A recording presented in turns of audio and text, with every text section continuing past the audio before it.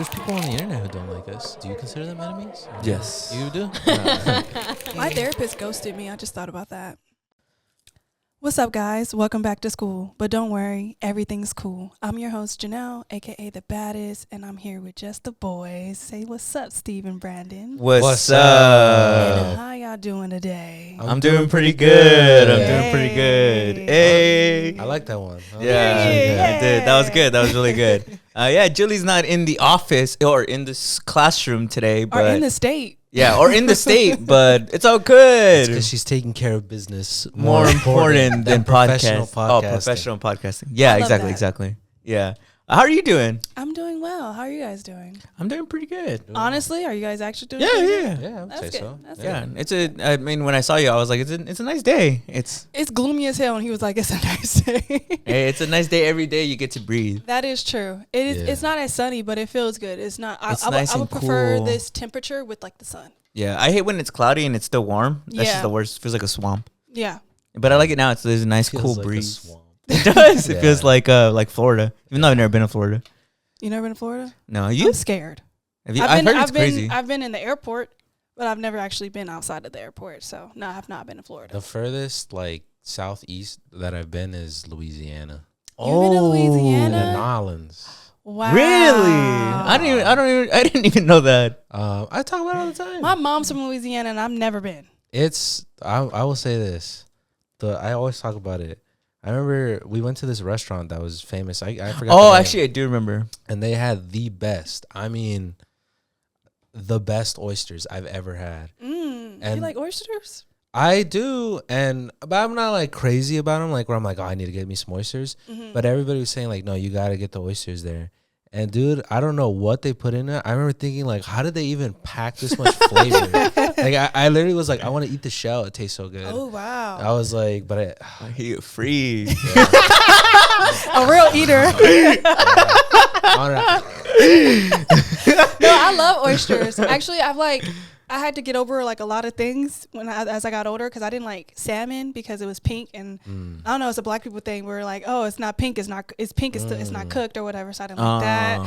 And there were some oysters was one of those sushi because it was raw. I'm like, I'm not eating raw food, and that's so crazy. Now I'm like, I love all of these things.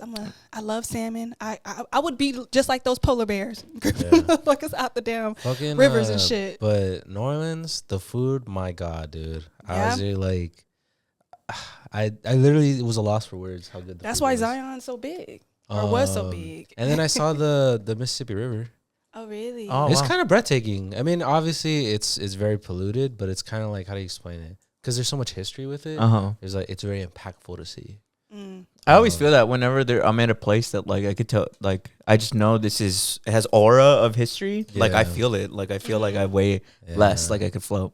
I don't think I've been to a place that made me feel that way. I do want to go to Washington and do that, and then also I want to go to DC, and then I do want to go to Chicago. I do want to see the Obama's like center that he just built or opened up or whatever. I do want to see that. I want to go to Chicago because there's a museum there with the most complete T-Rex. Oh really? Oh wow, really? I know at work, there's people who talk about I've seen there, and they're like, damn. And I'm like, God, I want to see this bucket list thing for me. Oh, that's cool. But also, you said Washington, D.C., right? Or Washington State? Washington D.C. I learned fairly recently that there's a lot of black history in Washington, Exactly. D.C. I had no idea about. They have a lot of museums and such like that. So I'm like, my mom went out there recently. My barber, he was telling me that they call Washington, D.C., because he's from there. He was like, they call it Chocolate City. Oh really? And I was like, really? And he was like, yeah, that there's a lot of like history there that gets buried, obviously. But I didn't know that. I think it's really, I think it's mind blowing considering it's the capital of the country. Yeah. And it's on top of an extremely like historically black city.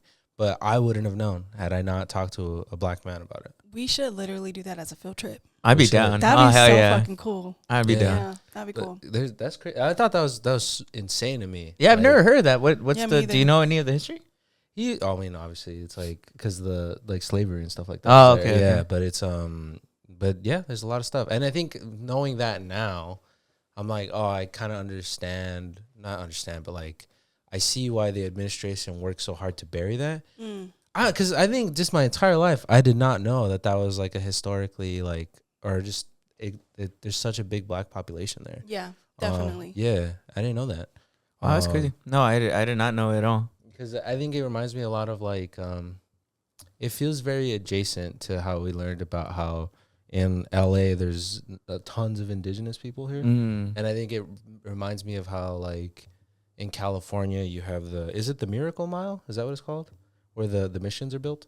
I think so. And that's on top of indigenous, but people don't know that. They just know the missions. It feels adjacent where it's like these historically like white colonial landmarks are on top of historically POC like areas. Yeah, I know this is like a completely like off topic, but it kind of reminds me of it. Do you guys remember during the playoffs this year when it was like the Spurs were playing and then they caught this one white lady, like this old white lady, like texting on her phone, and she's texting somebody, and she's like, "There's so many like Hispanics here, like it's like concerning." Do you know what I'm talking about? What? You guys don't know what I'm talking about? No. You guys didn't hear about that? No. How did Really? people see her text messages?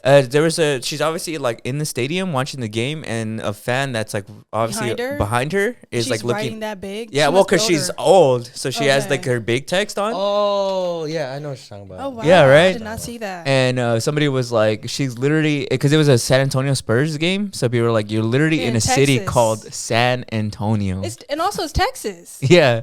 That's Mexico's why, yeah. right there. Right. It used to be Mexico. And then also, I just looked it up. In Washington, D.C., black or African American residents represent the largest racial or ethnic group, making up 42 to 43% of the total population. Oh, wow. So they're just the largest group. White people are fewer, actually, in Wow. Washington, D.C. Whoa. But I don't know. That's so mind-blowing to me because white capital. Like, you know what I mean? Yeah. Like, it's like... That's why I'm like, I guess I gotta educate myself because I wonder what the historical context is for like that density in population.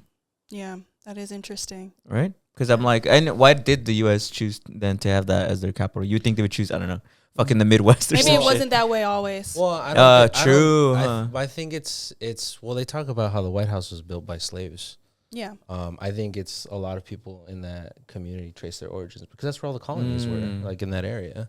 It reminds me of who was it? Thomas Jefferson that has like all his descendants are like black people. Do you know what I'm talking about? Yeah, because he was with, or how do you say that? Because he wasn't with her.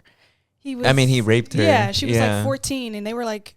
She was younger than 14, probably. I mean, like, it was most likely... Sally yeah. Henson, right? Yeah. It was most likely people, too, that haven't been documented. Like, I think that's the way that history is. You know, that's what really scares me about, like, the U.S. is I wonder... We know so much, like, shady shit that they've done, like, documented. But I always wonder about all the shit that's not documented of, like... people disappearing like that one time like a couple weeks ago when I mentioned that like conspiracy of there's like a big scandal. I said Arkansas, but in Arkansas where like there was like corrupt cops. Like I wonder how many people disappear every year that were just in the wrong place at the wrong time and saw something they shouldn't have seen. You know, like shit like that always is more eerie to me than any like ghost stories or like UFOs or anything paranormal because it's real. And I think also watching like those shows that like kind of like show what could happen, like Scandal, for instance, or shows like where, you know, some scandalous shit happened or whatever and how it gets covered up and, you know, none of the like the actual people, like the public finds out about it. So I'm just like, yeah, it definitely has happened and could happen. So it is make it like kind of scary to wonder what we don't know. Yeah.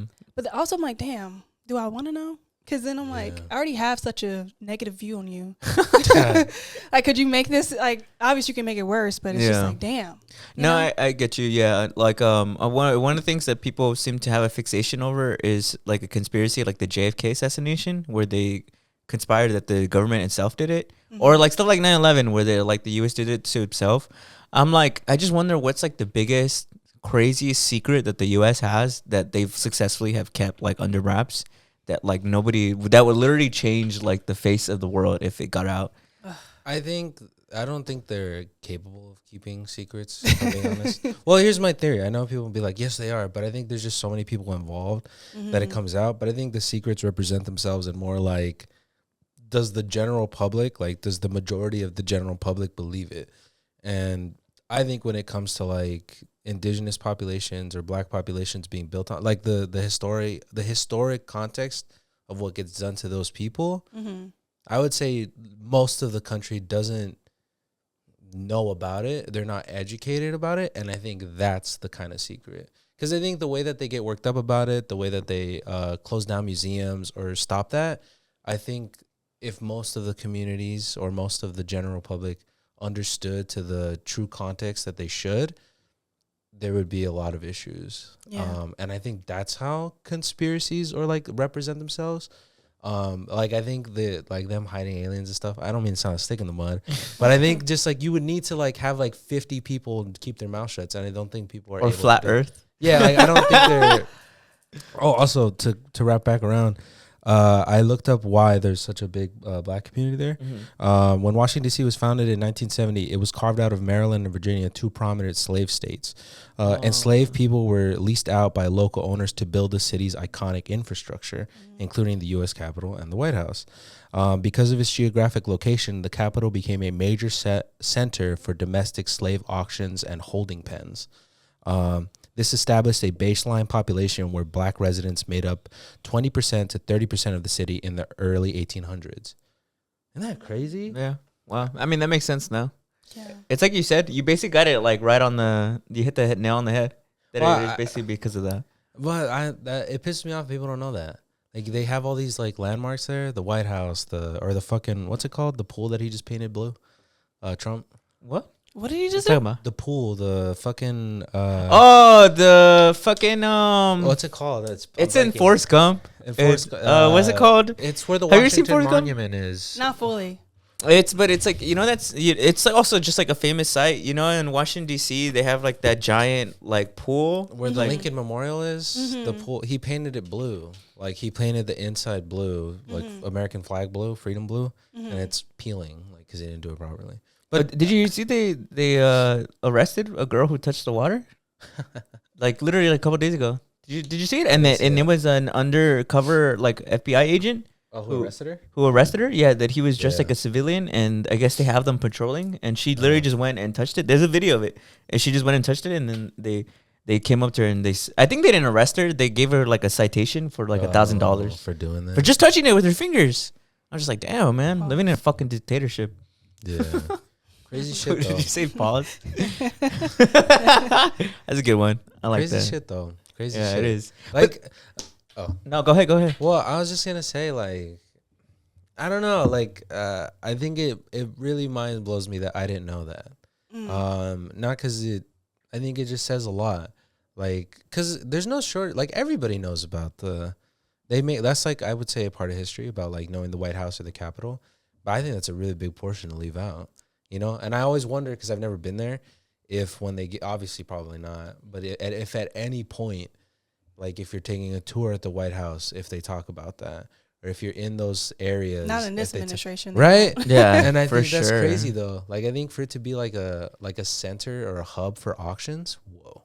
I don't think, I definitely don't think that any point in time that this government or anything is going to like actually really pay its dues or really actually, because like they're telling their history in a way that doesn't make them seem absolutely, you know, who they are and evil. So they're not going to give you the full story. That's what I feel like. So I don't think, I wouldn't expect them to like recognize, because I think it's such an what do you call it? It reminds me of, you know how when people talk about the United States was built on slavery and oppression and all these things, and there's a lot of people who like don't really push back on that or not who don't really like accept that. Yeah.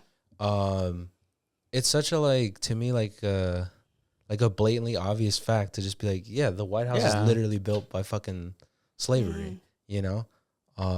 Fucking wild. You guys are doing such a good job of setting up my segment. Yeah, it's fucking insane. Hey, what is your segment? It's about, well, this episode comes out a couple days before the 4th of July. And so obviously because of that, I thought of a lot of things that represent America and how we're supposed to be celebrating freedom and like, you know, like basically all around anything that includes Americano, like we're supposed to be celebrating. So my segment kind of goes into that. But before I go into that, just a quick tangent. Do you guys think this is like an awesome time to be white?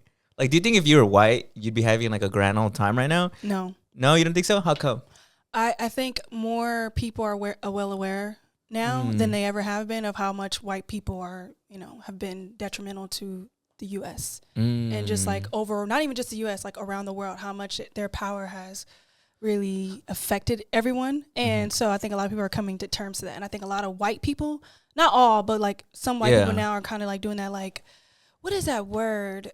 Like, and I feel like they're probably on edge a little. not maybe on edge. Yeah. They can either go on like the really extreme where it's just like all white, like we just needed type shit. Yeah. Or they're on the other edge where they're just kind of like they're trying to like overcompensate.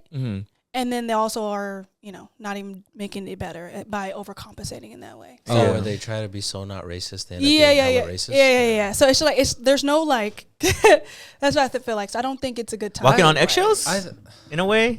Describe what you're trying to say. Yeah. So I think that white people nowadays are more afraid of being outnumbered than they ever have been I can see that. in their life. So I think they're on edge on that sense. But then I also think there's a selection of white people who are extremely apologetic to the point that they overcompensate in a way that is like actually not helpful. Oh, That makes sense? Yeah. Very So- get out vibes. They're very, Yeah. Like I would have voted for Or- Obama a third time. they're Or like it's like uncomfortable? performative. Yes. And so then like it's kind of like You think they're just generally uncomfortable and how they're showing it? yes.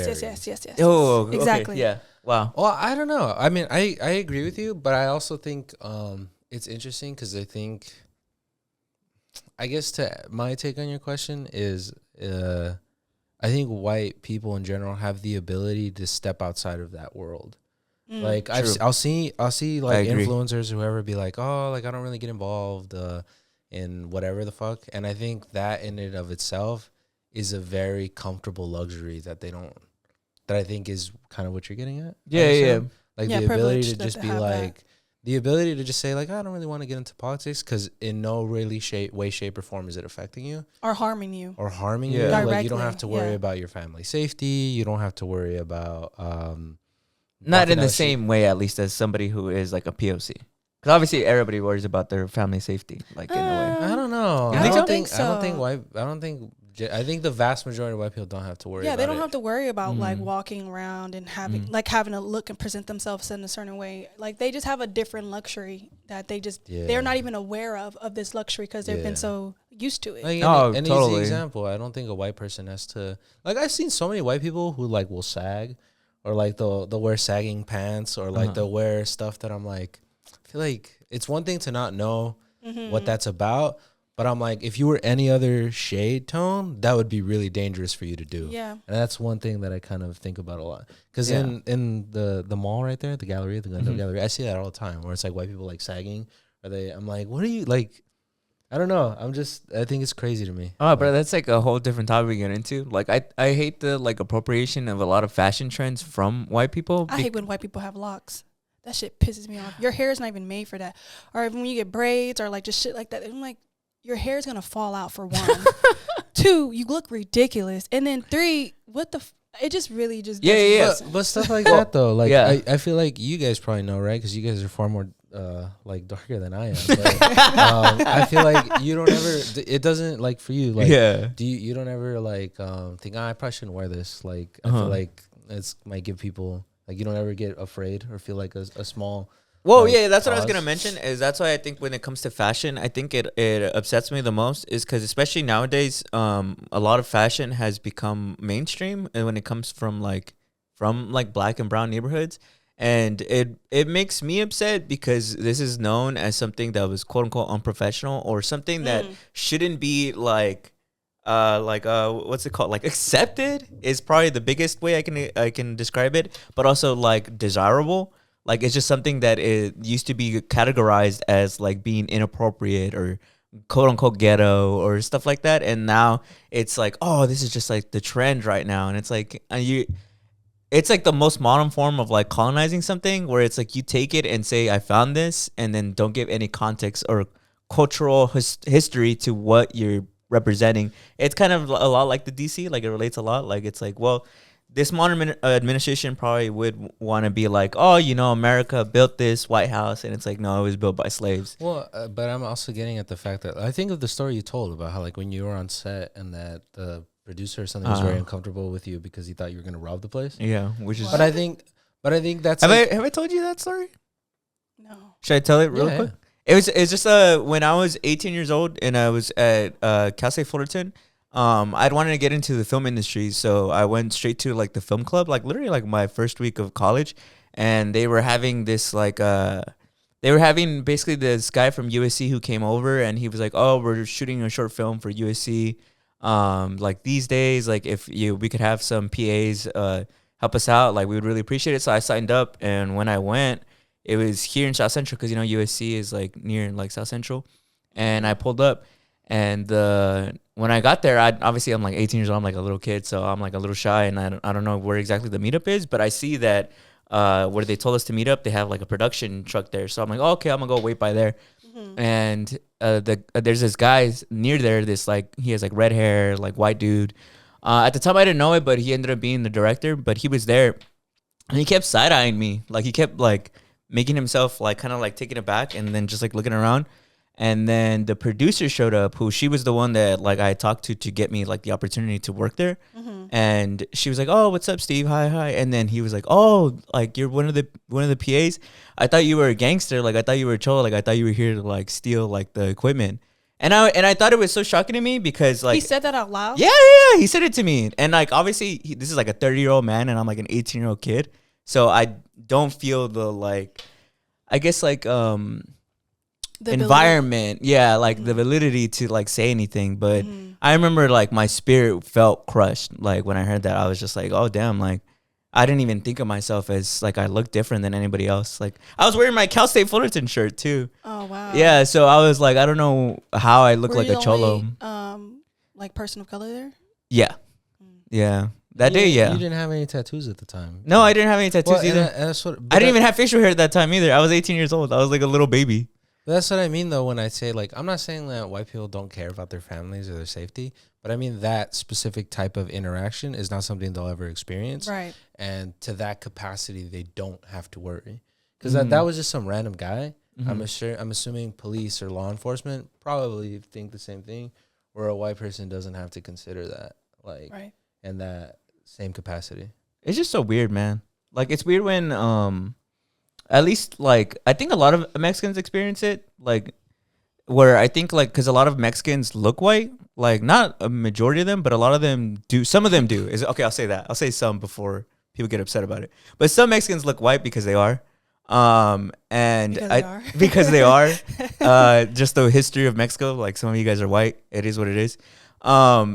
And I think it's so interesting because a lot of people, I think, experience that kind of like their parents immigrated here to the U.S. and they don't really see, I guess, race. They see culture because they're Mexican. And I think Mexican culture is so proud that I think they have to see it.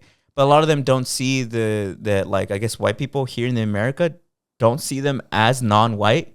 And so to them, they kind of go through life like not really experiencing that prejudice, and then when they're faced with it, like, I think it's so shocking. So for me, I think I kind of experienced that and when that happened to me, because I was like, I'm just me, like I'm just here as a student. But then I had to be confronted by like, oh wait, no, like this guy literally thought I was gonna rob the place just because of what I look like.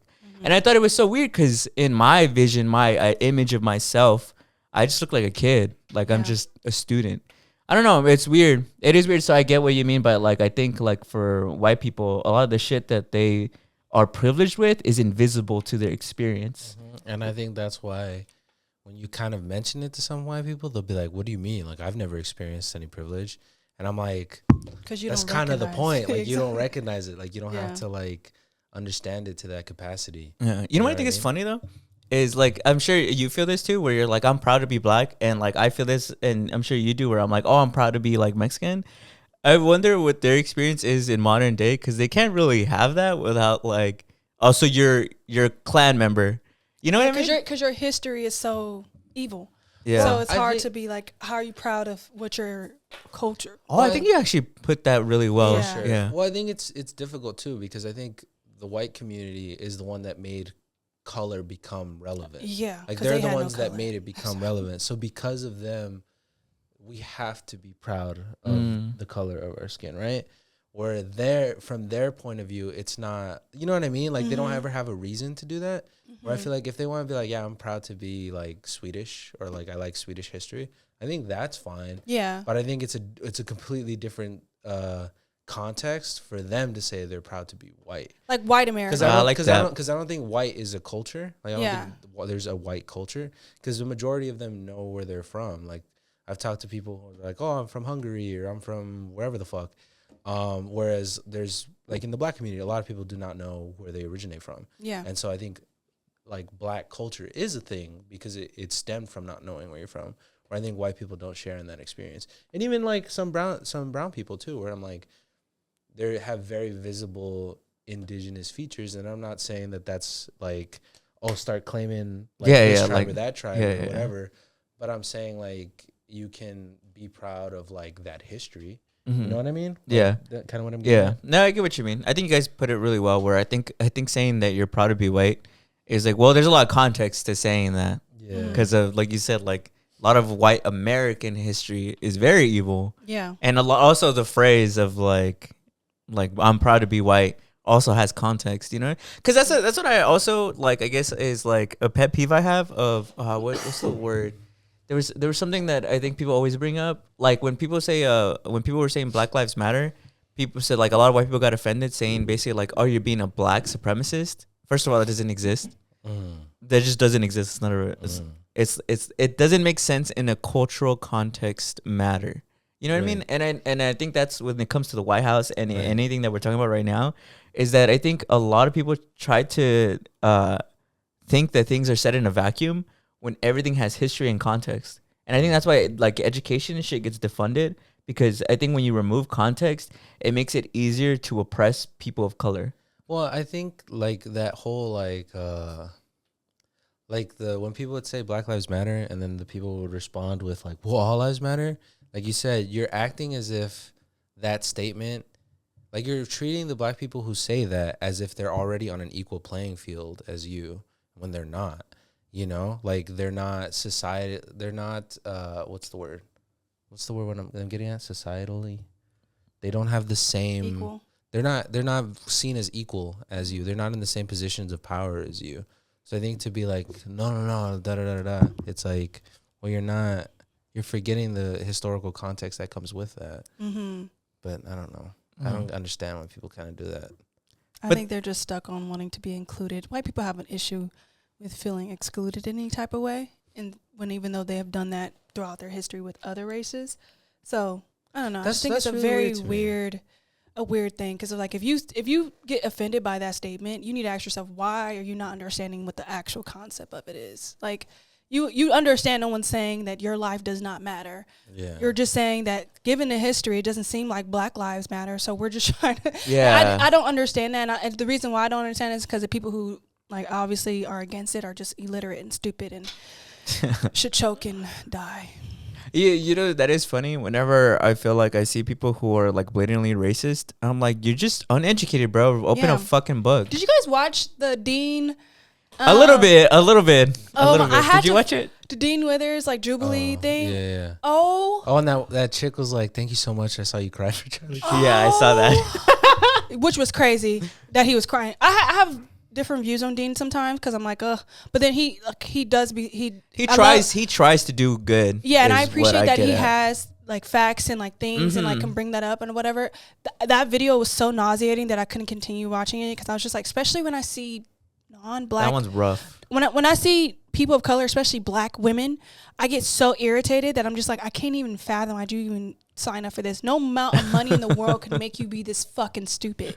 And then like the girl that was like, oh, you're more oppressed than me. I'm like, are you? He was even like, this chick's crazy. I'm like, this is insane. Yeah. Like they are so like uneducated and just stupid. Stupid people. Yeah. It's just really stupid. And it was an hour and like 40 something minutes, and I'm like, I would have literally couldn't have done that.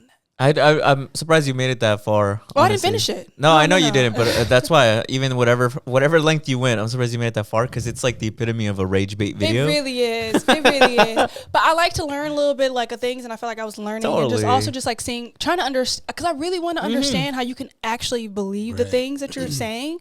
But I come to the conclusion that they're just stupid. And there's no way around that. They're just stupid, and they want to be stupid together. Well, I really do believe in that mantra of like keep your friends close and your enemies closer. I don't. I don't want nobody I don't like around me. I think there's a lot of value, I think, in understanding like people who oppose your values, because I don't think they'll ever be able to, I guess, make me be part of their clan. But I think, understanding what they believe and what they think, makes me more articulate in how to, I guess what's the way, dismay, like make sure that other people who might be inclined to think that way get discouraged, because I can tell them that's stupid as fuck. Why would you ever think that? Because I don't think people who are, like, at least the people who are featured there, will ever change their mind. But I do think it's easy for people who are young to fall and think like them. And I think that there's a perfect time where they can still be like, I'm telling you, what's Molded the word? Yeah, like yeah, exactly. Like molded to a different sense, especially because I have a nephew, and like obviously I keep close eyes on him. But it's a big pipeline on the internet and on media to basically fall for things that don't benefit your community, especially if you're a person of color. For sure. So I think, to me, I like like I said, I can't stomach it too much either. Like after a while, I'll be like, all right, this is just making me upset. But to a degree, yeah. To a degree, there's some value in like understanding their arguments, so then I can educate myself and like, well, this is why that's stupid as fuck, and you shouldn't believe that. For sure. I think it's difficult though, because I feel like I kind of struggle to, what's the word? I think it's difficult because I think the part where I get stuck on is I feel like when you present those ideas in that manner, like having them in that debate form, to me, it automatically kind of gives it credibility, where it's like, because they're presenting it as a like, who's right and who's wrong. It could be, it's just a difference of opinion, where I think I don't necessarily agree that those specific topics are a matter of a difference of opinion.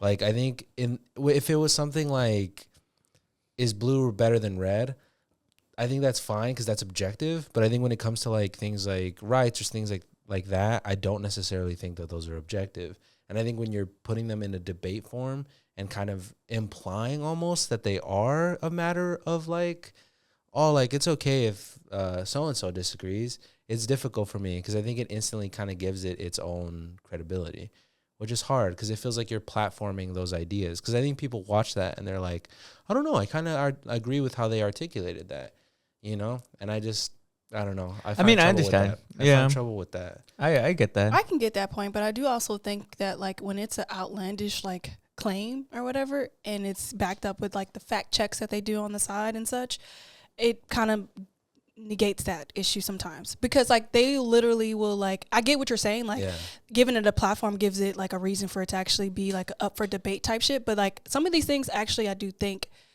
makes you realize just how far they are just like literally ludicrous. But I think we're able to do that. I think there's a I don't want to say a majority. I think there's a lot of people who just don't think like that, or don't or haven't had the, you know, they don't have like the critical thinking skills to. Well, like I think it's easier to paint in like if it was like a flat earth debate, where it's like, I think the problem with that is like, at a certain point, it's like, why are we even having this? Why are we entertaining this? Like, that's ludicrous. Yeah, that makes sense. But I feel like the entertainment of it in and of itself implies it isn't ludicrous, you know?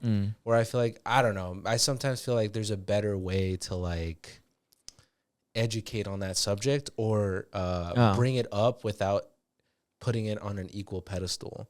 I think the only way to actually have those conversations is in that kind of form, because you will need somebody to actually, like, to oppose it in a way. Because like if they're talking or whatever and you have like a point, I think it needs to have someone who just like doesn't agree in a way. I don't know. Well, I think though, like when it comes to like, I think why I feel like it's easier to present in like a flat earth debate or something like that.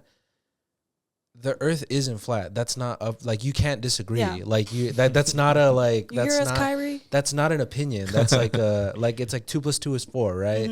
That isn't something you can disagree with. Like that's just objective truth. Like that's a scientific objective truth. I guess what I'm getting at is when it comes to certain things like that, whether it's like, are people equal? Yes, they're objectively equal. And I think I sometimes find it a bit difficult when it's like, I don't know, are they? It's like, what do you mean? Like you can't, it kind of reminds me of this thing called the paradox of tolerance, where it's like, you can't a society can't tolerate intolerance. Like you can't be tolerant of intolerance because eventually it usurps tolerance. You know what I mean? The internet probably portrays it better than I can, but I think that very entertainment of it gives it power, you know, and it's tough. I don't know. Yeah, I can understand that. Yeah. That makes sense. I don't know. I'm not a fan of those. You don't like any of them? Have you I'm ever? not- Have you watched? Yeah, I've seen it. I'm just not a fan. I'm just not a fan of like that type of like. I don't like the platforming of those type of ideas. I don't like the way it's like given. I don't know. I think I have a tough because I agree with you because I do understand that, but I do think sometimes it needs to be said so like the conversation can be had in some way, some shape or form. So I understand like it gives like some nonsense, some like spotlight. Yeah. But also I think there's a lot of nonsense in this world that we're just kind of like, oh, that's stupid. But like sometimes you actually need to hear what the fuck they're saying. So you can be like, hey, this is stupid as fuck. So they can actually, I don't know, like I think the conversation is important in itself, regardless if the person actually digests it or not. It could change someone's mind. Because a viewer, Because somebody's watching this and they're like thinking like, oh, wait, actually, that actually makes that point irrelevant or not. Yeah. Right. So like I understand what you're saying, but also at the same time I could see the need or For sure. the validity of it at some point. For sure. But I it get is complex. I get that. I guess it's also like for me, it's like, well, the people you're having on there, they're not going to change their minds. Yeah. You know, like, and I think to me, it's like, well, that doesn't even feel like a debate at that point. You This know what I lady mean? got up there and was like, I actually agree with you. Really? And she had to get off the chair because like literally she had nothing to really say there. And I'm just like, this is the whole point of the show. It's happened But before. yeah. I've seen some videos where people are like, you Change know their what? mind. Actually, But you're I right. don't know. I just think those debate shows can get really rowdy to me. So Yeah. I can understand. I can understand And- both the harm and the good of Yeah. like something like that. It's definitely There's light and multifaceted. dark and everything. So Okay. it's kind of Yeah. like. This is what I was trying to say. The paradox of tolerance is a philosophical concept stating that if a society is tolerant without limit, its ability to be tolerant will eventually be seized or destroyed by the intolerant. And I think that's where I kind of agree with that philosophy. Where Okay, I can understand that. where I feel like if you're kind of, you feel free to push back because I'm more expressing that I have an issue. Like I'm kind of struggle with that. Mm-hmm. Where it's like, take example like a white supremacist. I think if you're very tolerant in the sense of like, let me hear you out, let me talk to you. I think the ability to kind of allow that gives them freedom to and room to be that. And I think that's where it kind of usurps and takes over the. I'd argue that the forgiveness. U.S. is kind of like that right now, at least when it comes to like trans people or homosexuality, because the freedom you could always hide behind freedom of speech of like, I'm just saying my opinion, my belief. Like, did you see that the Giants they're having a big controversy right now? with the Because some of the hats, players the wrote verses. They wrote the like Psalm, the whatever the Bible verse where it says basically like being gay is a sin on their pride hats. Have you seen that? Do you need the context? So basically, No. they were having a pride night of where the Giants logo had like the rainbow flag, the pride flag, and I think they were actually given the option to just not wear that, but they would wear it anyway, and then they stitched on the Bible verse, like Steve said, that Is this condemns- football? Is this baseball? Baseball. So the baseball players did this? Yes. Yeah. They did that. And and they were playing in San Francisco, literally like the gay capital of the world. Like That's weird. it's like it's just funny. Like of all teams that could have done that, Like, Wait, New York Giants? no, it's San Francisco. Oh. San Okay. So they are the San Francisco Giants. The San Francisco Giants. They They for Pride two Night. plus two. yeah. Why are you? They're in San Francisco. You're in San Francisco. They're What? literally in San Francisco, like the gay capital of the world. Did all the players do that, or was it certain players who did? Who I think it was like stitched 2 or 3 That's a players. good amount. Oh. That's happened in the Dodgers too, where they've done the same thing. I think it was only Kershaw who did it. Yeah. But it also reminds me of like when Charlie Kirk was assassinated, where there were people be like Dean Withers, where it's like, I mean, we had a difference of opinion and like you can't get, and it's like, I feel like it's more complex than that. Like it wasn't just a difference of opinion because the opinion was the direct call for violence and oppression of certain communities. And I feel like that tolerance of like, well, he was free to have that opinion. Yeah, exactly. is a lot deeper than just like, oh, he was free to have that. It's like, no, you're encouraging people to take up the action of continuing to call for the oppression and harm of these marginalized communities. And I think that's kind of what I'm getting at. Yeah, that's the paradox, right? Yes, That's that where makes I find sense. the paradox. No, I understand that. And I Yeah. completely agree. I understand that part. I just feel like there still needs to be some kind of level of like, I don't know, because those people don't want to be understood. Those people kind of like already set in their ways for the most Right. part.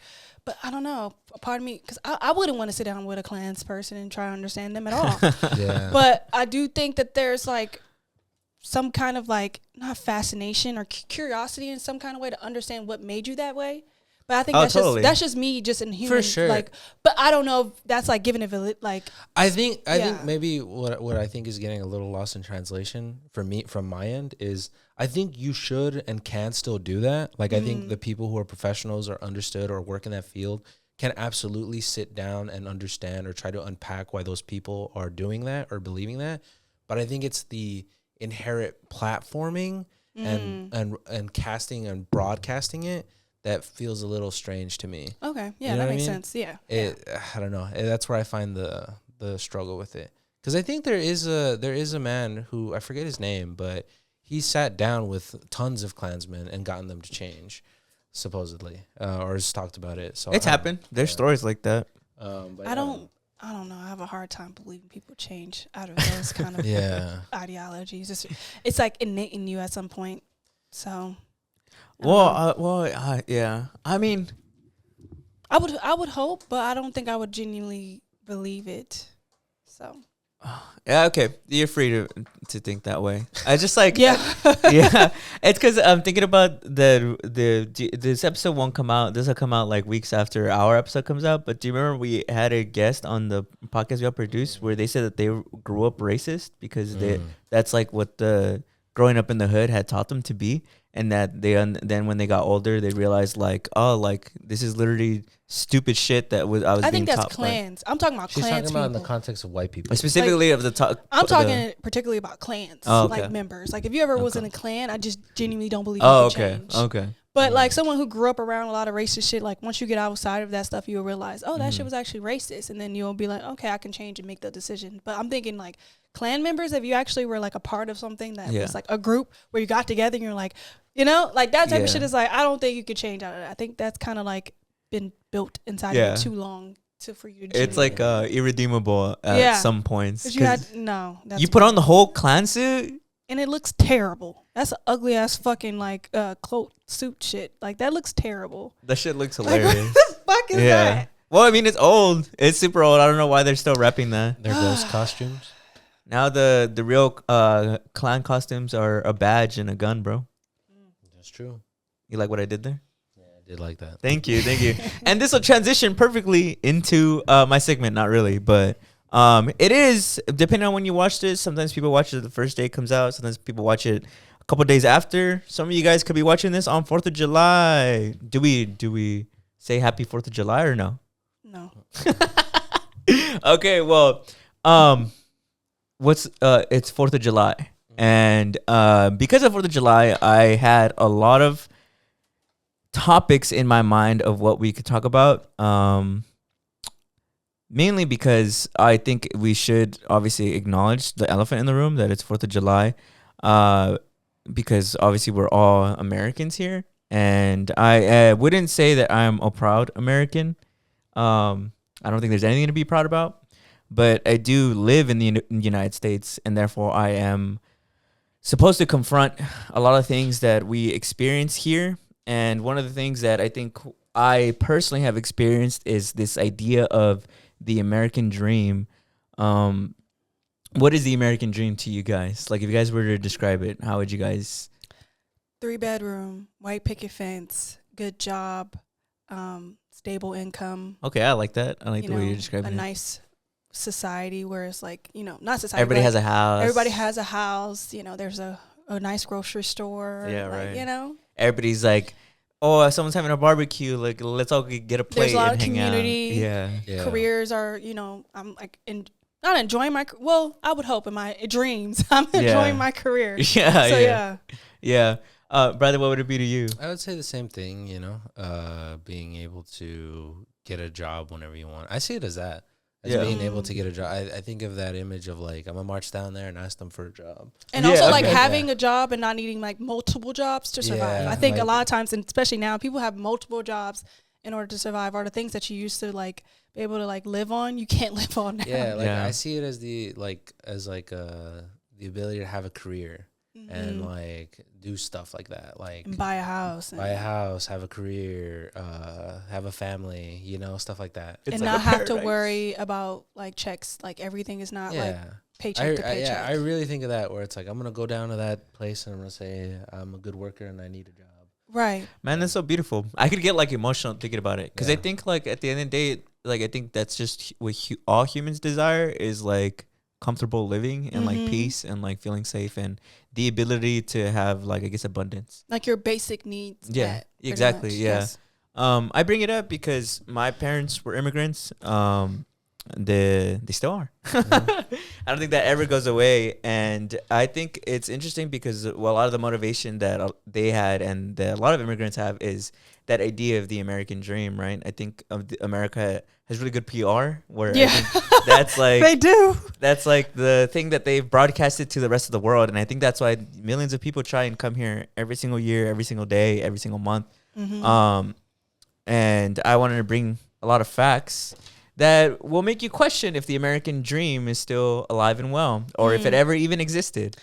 Oh, Steve, you're gonna make me cry. Are you sad, disappointed? What's going on? It's nothing like that. It's literally just I've said it as it is. Just facts about the American dream, and let's see if it's as attainable as we all hope it is. So the first fact is buying a home. So buying a home has gotten dramatically harder. I think we all know that. There's no secret around it. I love my own house. Yeah. I mean, I would love my own house, man. Yeah. Like if I could, I mean, it's still a dream that I think I have. Do you genuinely want to buy a home? Like, do you guys want a house? I would say yeah. I don't know if like the way I've like been so disappointed with like how things are going that I'm just like, damn, is it even attainable that I've like kind of like psyched myself out to believe that I actually don't want that. So I don't know, because like it sounds like more of a responsibility. Yeah, that scares me. Yeah. So yeah, for sure. I think for me, I've always wanted property. Like I've always wanted land. Like my dad always talk about, his dad was a big, like into like, you should buy land and like make a home. And like, it was just like, I don't know. There's something that the way he talks about it, where it's like a very big deal and it's very like almost sacred, where it's like, no, you build your own house. Like you should have the ability to build a family, have your own, where this is my rules. I get to make my home in this little piece of land. Yeah. I think that's really cool. Yeah. I've always wanted that. I think that's like the dream for sure. Because I've always been comforted by the idea of responsibility and productivity. Like I think something about having my own place and like that I get to work on it both satisfy those boxes of like I feel responsible and I feel good and I feel productive because I'm doing something that'll be a betterment to me or like a family that I would have. But going more into the stats of how much harder it's been to own a home. Since about 2000, the U.S. home prices have risen much faster than wages. According to the Federal Reserve Bank of St. Louis, the median U.S. home sale price has increased from roughly $165K in 2000 to over $400K in recent years, while median household income has not kept pace.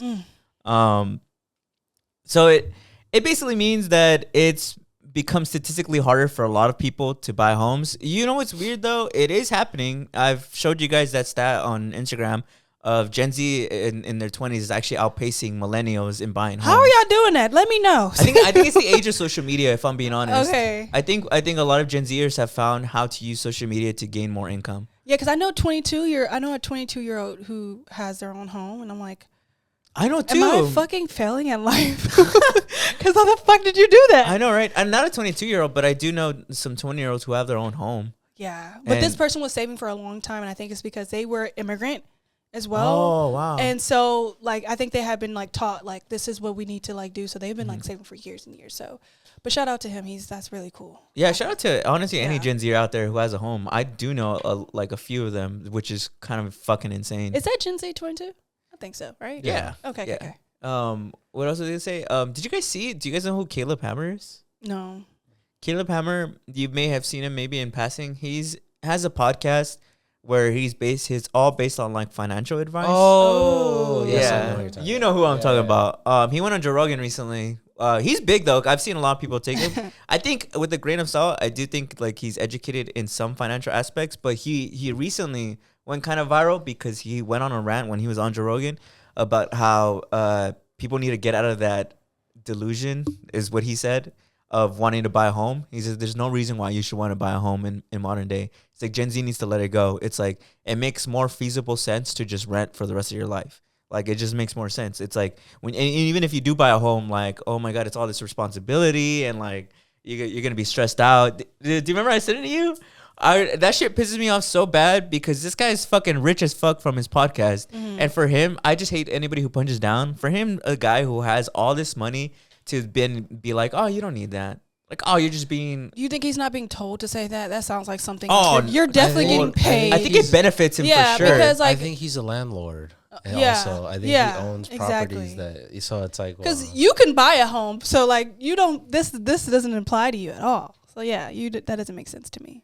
I always hate. He's not the only guy who does this. It's kind of more of an idea that's prospered in our like recent generation. But this idea of like wasting money on stuff you don't need, I understand that. There's definitely times where you got to save money on stuff you don't need. Yeah. But I feel like the idea has evolved more into like, and it's come from like looks maxing and all that shit. That if something isn't giving you like financial gain Immediately. yeah, then you shouldn't be doing it, period. Like, you should be sacrificing recreation and fun and joy for the idea of making more money. And I think Caleb Hammer and a bunch of other people who are just civilians is the funny way I can describe it. No, normal, ordinary people, like, are really pushing for that idea. And I don't understand it because then at the end of your life, you're going to have all this money and you're going to be absent of all these experiences and moments that you could have had. And like I said, I understand there is exceptions. Obviously, maybe don't be buying like, I don't know, fucking cigarettes every day or something like that. But like there's simple things like if I went traveling and I wanted to get you guys souvenirs and shit. Oh, it's not what is it? ROI, return on investment? Like who cares? It makes the people in my life fucking happy. I just hate that Caleb Hammer and all those guys. I know I'm going on a tangent, but Caleb Hammer and all those guys like push for that so heavily. I think he said something where, and obviously I'm gonna take offense to it, where he says that I don't understand people who get tattoos. That it's such a poor financial decision. That you're pouring all this money on something that you can't even use, that doesn't bring you any return on investment. That's just a waste of money. And I'm like, so I'm just supposed to be a machine for fucking capitalism. I'm just supposed to be a fucking robot for capitalism and not enjoy myself. He's acting like tattoos doesn't make you look cool as fuck. Like, what are you saying right now? Like that's the investment. I look cool as fuck. Yeah. And I get to like, make my however I want to look like that. So I don't know. You should be allowed to decorate your body. Right. I don't think I hate the idea that like I might sound a little like a broken record, but I think like decorating your body or having a home, it's weird because it feels kind of like, why does it feel like? Because I think tattoos have a lot of cultural significance too. Like historical context, to you it might seem like it's just this willy-nilly like luxury, but to a lot of people it means something. It could be just decorating your body, but it could also be like a cultural significance too. Like to you it seems like nothing, but I think it's like we're talking with Jose about like cultures of abundance, that there's enough for everybody. I think it's just like maybe to you it seems like that.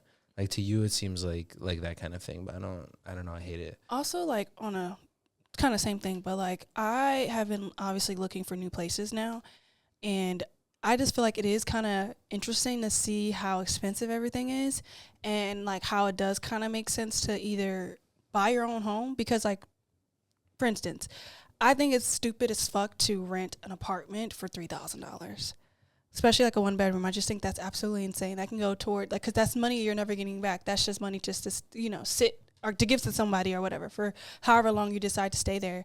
And like, I'm just like, damn, like I don't feasibly want to buy a house right now, but like the fact that anything that's like decent in LA is like running to like $3,000. I'm like, damn, like they're really trying to make it really hard to like I don't know. With that, you know what I'm saying? I have a question that I want to pose to you guys. All right, let me hear it. Where I feel like I sometimes think about this, where I feel like I want, not Caleb or whoever the fuck specifically, but I think the people who are very like, you shouldn't own a home. I think there's an aspect of where it's like, I think when it comes to owning a home, there's a portion of it that feels permanent. Where I feel like if a person of color was to buy a home, I think there's a portion of it that doesn't enjoy the permanence of it. Where it's like, you buy a home in this community, now there's a Hispanic Mexican permanence in this neighborhood. If you were to buy a home, there's a black woman in this neighborhood and there's a permanence to it. Versus if you were renting, I'm not saying that people don't rent, there's not permanence, but there's the ability for people to evict you or get you out of there. Or if you were to own a home, it's a lot harder to get you out of that community. You know what I mean? And I think I wonder sometimes if that is an aspect of people who own a lot of property don't enjoy. Or it's like, I think of gentrification and stuff like that. I mean, totally, man. And I feel like it's easier to gentrify if you're kind of renting, because then the landlord could just throw you out. But if you own And it a happens to home, people, bro. you know? Yeah, but I think they still do that with people who own homes too. Like, my grandma we used to live in Inglewood. They were trying to buy her house and stuff like that. So they find ways to still kick you out. Sure. But yeah, I agree. That does make sense. Of like why they're, honing in on trying to make you rent. So it's a lot easier. Yeah, no, I agree. What you're saying. I don't know. It also pisses me off because it's like, what's wrong with owning a home? Yeah. Like, what's wrong with people wanting to own a home? And then like the ability to like not have anything to pay anymore. Yeah. And just like after you get your mortgage and stuff like that, now all you have to do is just like maintain it. That sounds actually beautiful. Like, I'm so mad about like my previous like financial decisions because like it kind of like halted me from being able to do a lot of things. So the people yearn for community. Bro, and boomers had such a good economy too. Who? Boomers had Yeah. an amazing economy, bro. They got to buy houses that are like cheaper than my car right now. Yeah. Like You my could mom's work. my mom's first apartment was $300 a month. That's crazy. That's crazy. Don't piss me I just off. remember I'm somebody so pissed off. one time posted like on Twitter saying that their dad literally bought their house from working at like at a burger place. It's like he worked literally just a couple of years and bought a house, and now that same house is worth like almost $1 million. Yeah. Like, that's fucking insane. My grandma bought her house for like I think $50,000, and we sold it for almost $800. Wow. Yeah. Wow. Beautiful. The American As dream. is too. It needed a lot of work. And it's just crazy. Yeah. Let me continue these facts and then we'll talk more. Okay, my next fact, and this one's gonna piss some people off. Most millionaires didn't inherit their wealth. A large survey by Ramsey Solutions of more than 10,000 U.S. millionaires found that 79% of them received no inheritance at all, and only 3% inherited 1 million or more. Conversation twist. Some economists point out that inheritance isn't the only advantage. Family stability, education, networking, and access to opportunity also matter. This also is known as just common sense. Yeah. Obviously, like, what the fuck? Obviously, people who have had their parents set up for them are gonna make it farther in life. Like, it's just, I don't know. It's just weird that people think that they're so like, that this idea of self-made. Yeah. Like, I think it happens. I mean, like, I always bring this up, and I think people get this idea of like, I'm saying it to discourage people or make people depressed of like, oh, then that means like I should just give up or whatever. But no, I'm bringing it up to more and educate people that like a lot of these guys who are trying to sell you courses or tell you that you just got to work hard, they're basically summoning you to your death, bro. They're basically saying that you should be a cog in the machine. Yes. You should just be a fucking machine. And I will never understand that. I will always advocate that you should do things in your life that make you feel joyous and happy, even if there's no financial gain to it. Like I don't know. There's just been this explosion, and it ties to everything. It ties to the looks maxing. It ties to like the rise in like financial bros. It ties to like the fucking red pill like men media shit, and it ties to the president because the president is a businessman. He's a fucking businessman. He thinks of the U.S. as a business. He doesn't think of this shit as like something that benefits people's well-being in terms of like beyond like numbers, you know, in spirit and soul and what makes you feel good. My next fact, your zip code can predict your future income. Research from Raj Chetty and the nonprofit Opportunity Insights found that where a child grows up has a major effect on future earnings. Children who move from high poverty neighborhoods to lower poverty neighborhoods at a young age earn significantly more as adults on average. My next fact, college graduates still earn more, but the payoff varies. According to the U.S. Bureau of Labor Statistics, median weekly earnings in 2024 for a high school diploma were about 930, but for a bachelor degree, it was about 1,640. So bachelor degree holders also experience lower unemployment on average. My next fact, Americans work more than many wealthy countries. According to Organization for Economic Cooperation and Development, or OECD, the average American works roughly 1,800 hours per year. Workers in countries such as Germany average closer to 1,300 to 1,400 hours annually. The U.S. is also one of the few wealthy countries with no federal law requiring paid vacation. I've heard about that. I heard that some countries have like insanely good paid vacation. I think like Spain and Italy have like insanely good paid vacation. Yeah, Scotland and Finway, I think they have like Fridays off or something like that. I don't know. There's some areas that have 4-day work weeks. Yeah, I'm like, I need that. Wow. And it's proven that it works. It works. That obviously fucking working yourself half to death isn't good for productivity. It's like, does it even make sense that like we had the opportunity to make this earth any way we wanted to, and we decided to make it this difficult? And I'm like, who wants to work their life away? It doesn't even make sense. Yeah. Well, because I remember hearing that's like one of the evil things about like the system that we live in, which is capitalism, where in order for capitalism to work, there has to be inherent suffering. People have to inherently be poor. It's just the way that the system works. And when I say that, I don't mean that like also deal with it. No. Actually, I completely disagree. I don't think that's the way things should be. Mm-hmm. I think if we can shape the world, guys, like rules and laws and shit are all made up by humans. Right. If we can shape the world to be anything, why not shape it to where everybody has an equal opportunity to find the pursuit of happiness, to be safe, right? The American dream. We all just want to be safe and have a good time. But yeah, that's one of the evil things about, I think, like just in general, the ideology that we kind of live in is that like in order for it to work, people inherently have to be poor and suffer. You know what I mean? Yeah. Which is so weird. Do you guys think that based on like quote unquote what class you're in, that your morals like vary? Yeah. Do you think people who are poor have better morals than people who are rich, or vice versa? I thought about this last year. Because I thought of education, right?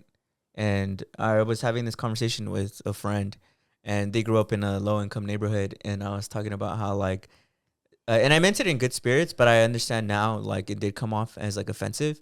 I was, like, saying that I think that sometimes a lot of people who are in low-income neighborhoods sometimes have more troubled morals because of a lack of education.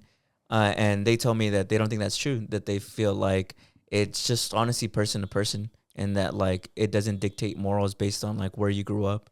And I was like, I can understand that. I think it's more so a difference of like priorities and needs more than anything. I don't think it's a moral thing, because I think you can know it's wrong to do those things, but out of necessity you have to. So I don't know. I think it's a little more complex than like a yes or no. Yeah. I think it's more of a privilege thing. I think it's like if you're at a very high economic status, I think there's certain privileges that you have that to some respect kind of make you blind to certain sufferings. And I think that's like where I get what you're kind of getting at. Sometimes yes, sometimes no, but I don't know if it's an automatic, like if you're here, bad. If you're here, automatically good. I'm talking on the inside. Yeah. So I don't know. I think it's a little more complex. Yeah, no, I can understand that too. Because I do think experiences shape you more than like, I guess, what you live around. Because there's some rich people who I think do have like ethics. Because a lot of I think most rich people don't. Yeah. Like at least the ultra rich. I argue actually they're probably the most unethical people in the country. And I actually do think that a lot of people who come from like low income neighborhoods have a lot of honor and ethics, because it's when you live in survival, that's kind of like where you're forced to shape your life around. Yeah. You know what I mean? But it is complex because it's not one size fits all. I think there's definitely a lot of unethical people too who are in low income neighborhoods. And then there's the middle class, which I think I don't even know, like that varies so significantly. You know, most of the Is there a middle class now? They say no. Yeah. they say no, but you know, a majority of Americans consider themselves middle class, even if it's Really? not true. And you're more likely to, when you ask somebody like what they consider themselves, they're more likely to say middle class, even if they're not, even if they're low income and even if they're high income. It's just like the most common thing that people say. So even if it doesn't exist, the average American thinks they're middle class, which It's the need for more. yeah.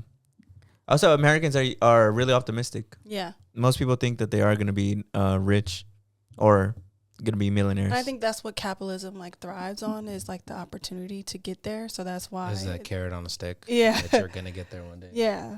So it kind of makes you feel like, you know, if the people who are not doing so well is because they obviously didn't work hard enough, but it's really not because the goalpost keeps on moving, and then they make it extremely hard to even get your basic needs. So yeah, I agree. Well, a few more. I'm gonna just use two more, the ones that I think are interesting. So because this is a topic about the American dream. According to the U.S. Census Bureau, the U.S. has seen millions of new business applications filed each year in the 2020s, with record-setting levels during and after the pandemic. So if there's one thing that America is known for, it does start a lot of businesses. And then another one, your parents' income strongly influences yours. Research from Opportunity Insights and other economists consistently find that children from higher income households, on average, more likely to become higher income adults. It's a strong relationships, but it's not guaranteed. I think that's interesting too, because I wonder, when it comes to love, do you think most people consider that a factor? Like, if whether or not some people's families have money? what do you mean? Like, if you're somebody who comes from a rich family, and I'm gonna put rich lightly, like maybe just higher middle class. Yeah, upper middle. Do you think that people on average think about stuff like based on who they date? Like, do you think it's common for people to date, like, I guess, in the lower bracket or whatever you want to call it? Like, do you think it's common for people who grew up in low income neighborhoods to date people who are from high income neighborhoods? I mean, I guess I could look this up, but do you think people are actively thinking of that, or they just fall in love with whoever they fall in love with? Oh, that's a good question. I'm not I sure. think people fall for who they fall for. I think you can't really control that. I'm sure there's people who like do that, but I wouldn't say that's like a love thing. Yeah. But I could be a biased sample size because I've never considered that, and I don't know anybody who's ever actively been like, no, I want someone rich. But also, I feel like someone who is like super like in the upper middle class and like their family is like heavily influencing them, then it could be. Yeah, like I could see that where But it's like your family's like, no. Yeah. Like, Imagine. Oh my God, that sounds actually terrible. That sounds horrible though. Yeah. Yeah. Sounds like a loveless marriage. Ugh, yuck. And people used to marry like that. You know, I used to think that I was gonna wait till marriage to like do the deed and stuff. That's such an insane thought. That's funny. That's such an insane That's thought. funny, I though. think people who do that are interesting. Do you think because you think you gotta test like sexual chemistry? Yes, you do. That is a must. You want to be in a relationship with someone who can't do Please anything you? for you? That's Yeah. crazy.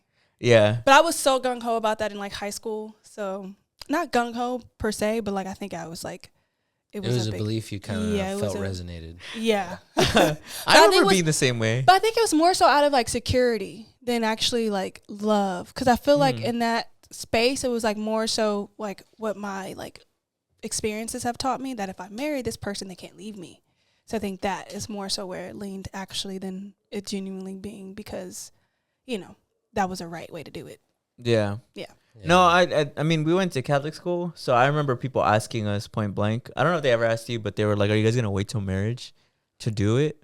And I remember saying, "Yeah," because I think the idea, especially when you're a kid, the idea of it is like so beautiful. Yeah. It's like, wow, yes, of course. And then you get older, and you're like, well, It doesn't make sense. yeah, it doesn't make sense. And also, I think like it's just not. I don't know. I don't say I still want a promise ring though.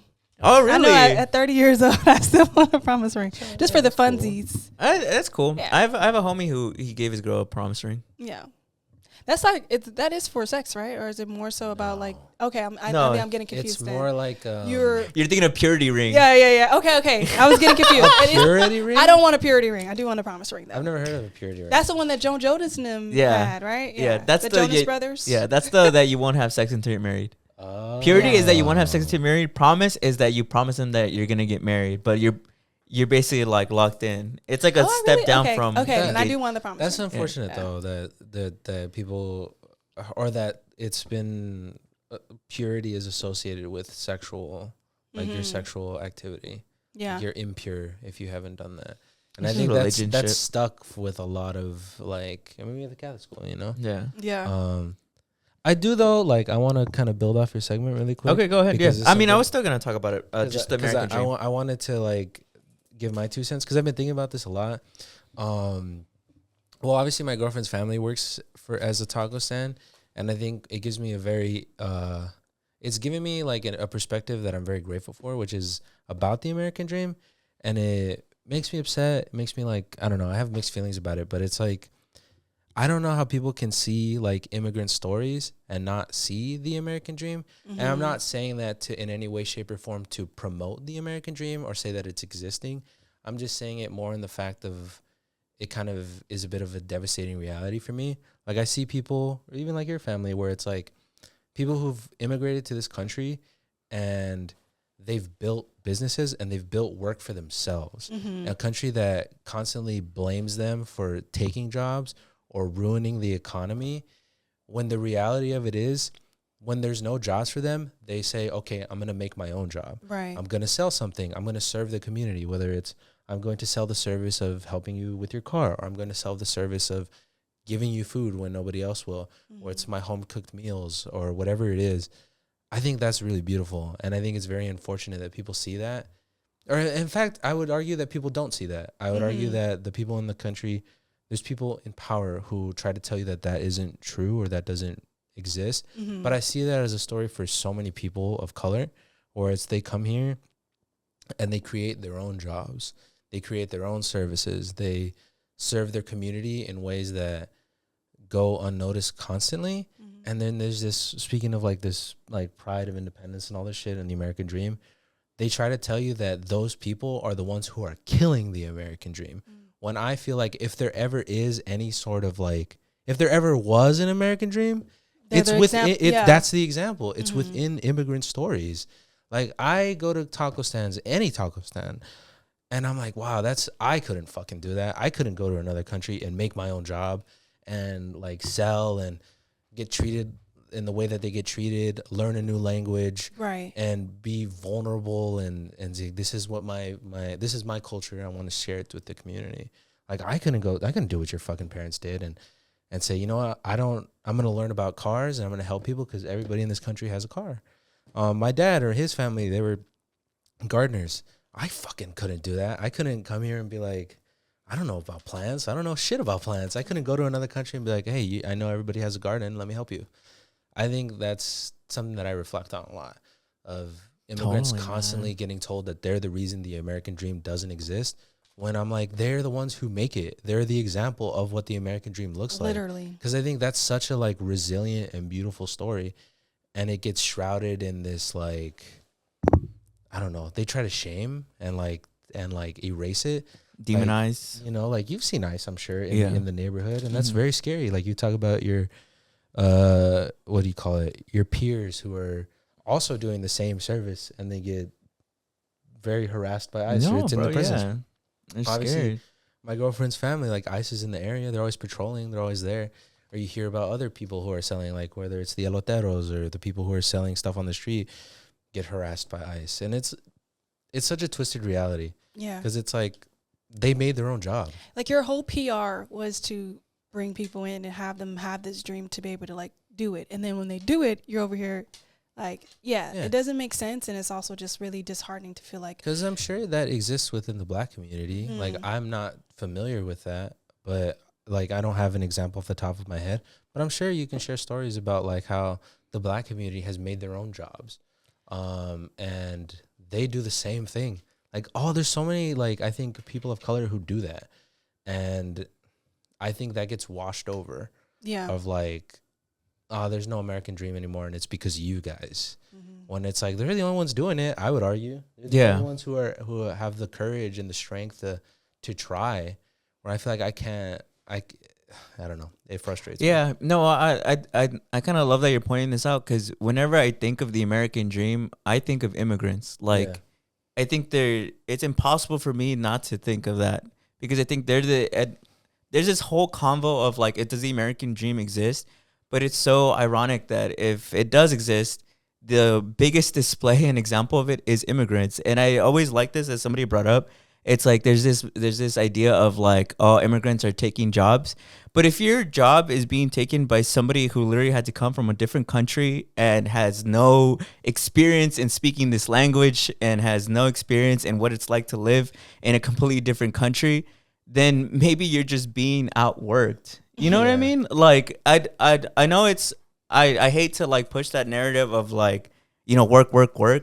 But I do think there's a lot of beauty and that you can see in immigrants, and it sucks so much that it's demonized and it's like the thing that's frowned upon, because it's as if they're getting handouts. It's as if like my family were immigrants, and they trust me that it was way harder for them to make it here than they could have made it back home. Well, I also think I think it's so powerful that there's people who are immigrants who are like, okay, fine, nobody's going to give me the opportunity. I'm going to make my own opportunity. Like, there's that woman, I'm not going to say the area, but she sells tamales. I always see her all the time selling tamales. That's like that's a job. Like, she made her own job. I see people who sell elotes, and it's like they made their own job. Or I talked about him earlier, like my barber, he was like, I used to just cut hair for my friends. Like, I didn't know how to do anything. Like, I just would learn how to cut hair for my friends. And then he made his own job, like to serve the community. Like, all right, I'll cut hair for you. And I think that's like a story that I think is, I don't know. I really think it's painted over. But it's also powerful, man. It's absolutely powerful. And it's beautiful. But like, cause like you look at look in the community, like really think about it. There's people who, sell clothing, or they do the designs of their clothing.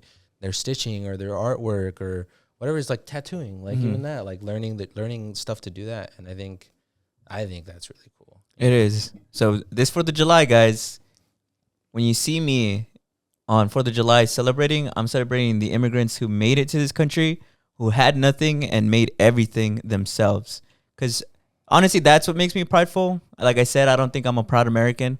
But if there's anything that makes me proud, it's our communities, the brown and black communities, who make it their own here in this country. Because there is a lot of history.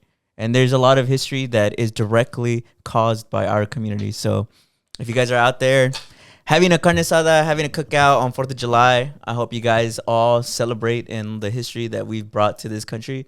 Because a lot of this country was built off the backs of brown and black bodies. So if you're going to have some respect for the land that we're on, then you got to have respect for those people. Right? Period. Yeah. Period.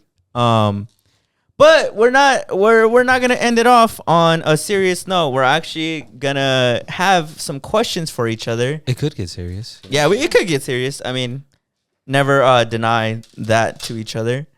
We're gonna get to know each other, guys, live on the podcast right now. First question I'm gonna pose to you, Janel. What's a core memory that explains who you are today? Core memory. That's a good question. That is a good question. I don't know if I have one off the top of my head though. If you want, we can improvise, and I could give you easier one, maybe. Yeah. What's your biggest green flag? In a person or just in myself? In yourself. In myself? Yeah. Ooh, I love talking about me. I think my biggest green flag is. I hate saying my heart because I feel like that's such a cliche thing to say. But I do think I'm a very, like, open-minded person. And so I'm open to, like, learning about things. I never feel like I'm, like, too smart or know-it-all or type thing like that. I'm always open to be, like, proved wrong, even though that's very rare. But no, I think I'm open-minded. So I think that's a green flag for me. That's cool. I agree. Brandon, what's a green flag for you? I think I'm very tenacious. I don't think I've. It's a big word. That's a big word for Elmo. I don't think I quit. Mm. I think I feel like maybe it's to benefit or hazard, but I really don't. I'm always like, all right, I'll figure it out. I'll get there somehow.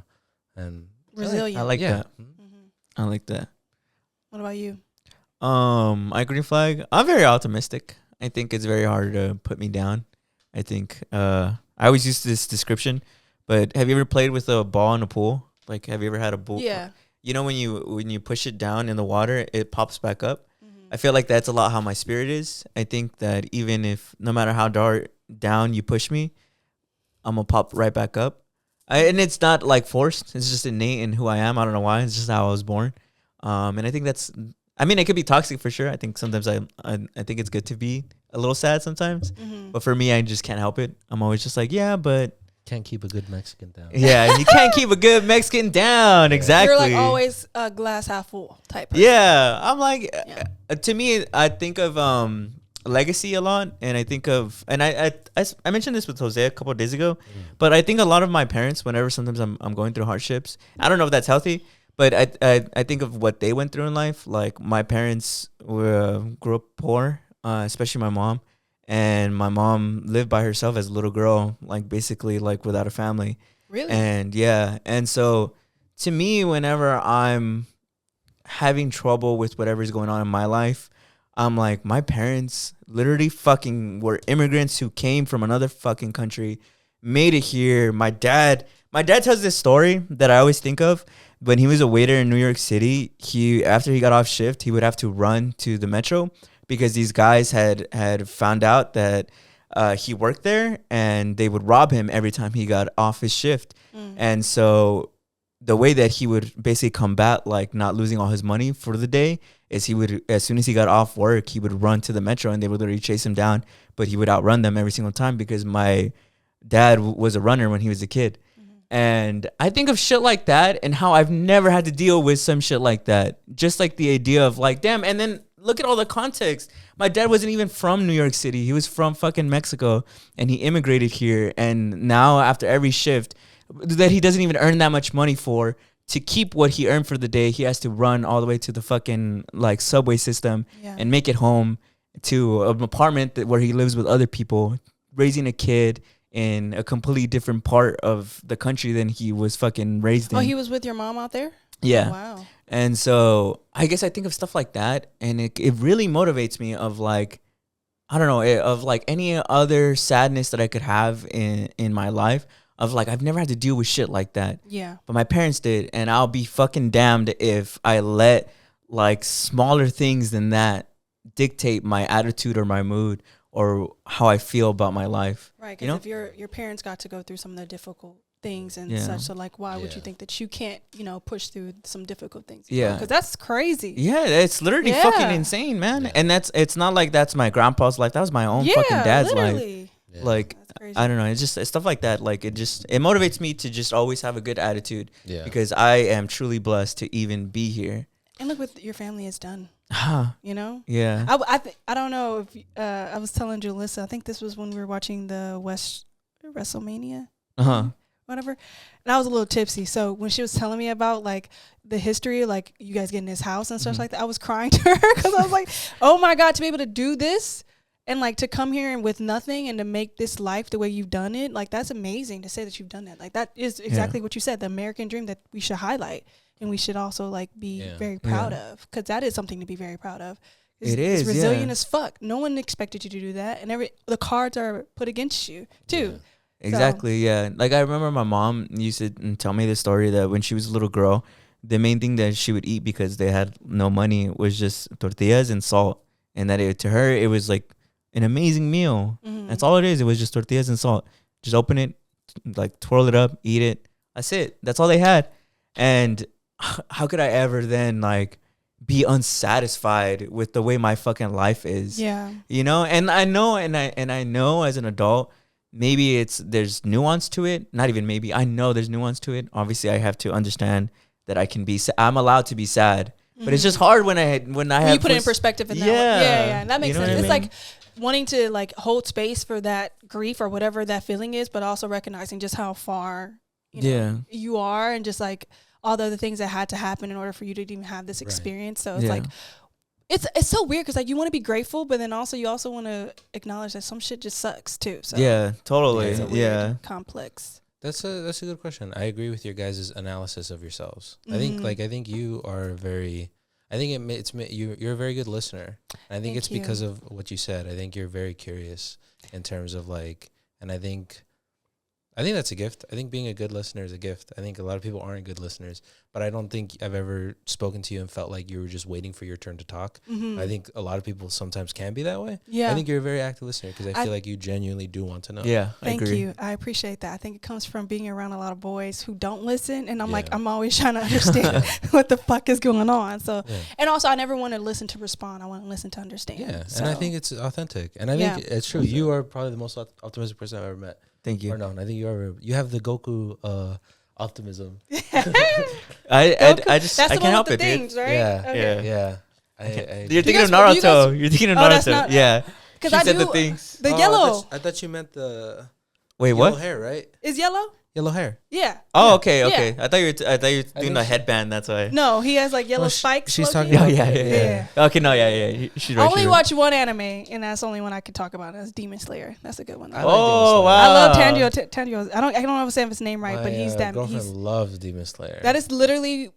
I did not think I would like anime, and then when I watched it, I was like, "Oh shit!" You're talking about Tanjiro, right? Yeah, he's a real. he's him for real. Like he's to go through what he went on the first fucking episode. Oh my god! Don't even get me started. I haven't finished it, so yeah. You haven't seen the movie yet? No, I wanted to see it, but then like every time I was like planning to go, the animation's insane. It's good. It's a good movie. It's good, yeah. I just mean like the animation of the anime in general is really insane. Oh yeah, like anime.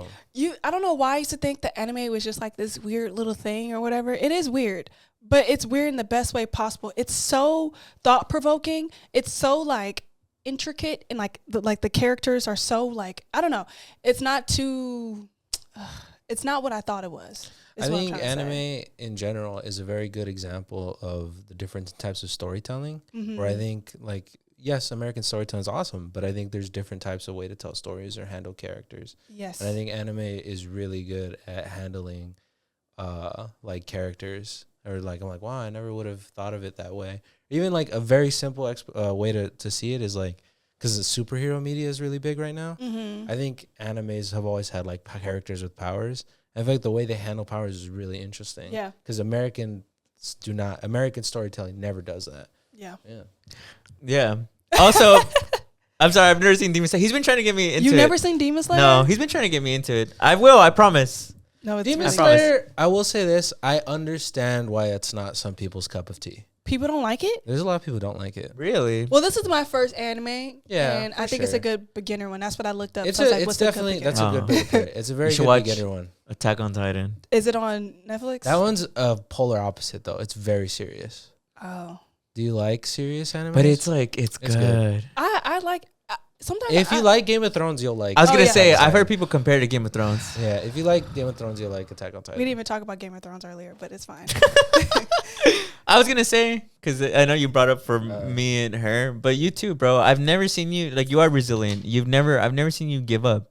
Thank you. I've never ever seen you give up. I've never even heard you talk about giving up. I appreciate that. Like, I've never seen you, like, be a stick in the mud and be like, you know, I guess I'll just give up. Yeah, nah.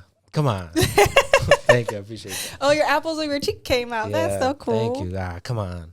But going back to the first question, what's a core memory that explains who we are today? I think I basically answered this question. So you guys can go ahead. What's a core memory that made me who I am today? Yes. Damn. That's a good I don't question. think I have like a particular memory off the top of my head. And I might look back at this episode and be like, damn, I could have said this or whatever. But I think just like growing up with where I grew up and just like all the experiences I had, like I feel like I got to experience so many complexities in like humans and just a lot of stuff, like from, you know, growing up around all boys, from being around drugs, from being around like a lot of like things I necessarily didn't want in my own personal life, has made me really see life a lot differently. Like it's not just black and white to me. It's more so like I can see why people do the things that they do. I'm not like super judgmental. Like, don't get me wrong, I'll be judging, but like I can understand people a lot differently because I think that we all have so much light and darkness within us. So it makes me very like again, open-minded, and then also just like understanding that it's not always just this one thing. It leads up to something that made them to be that, you know? So I'm like always like, oh, what made you want to do that, instead of like, why did you do that?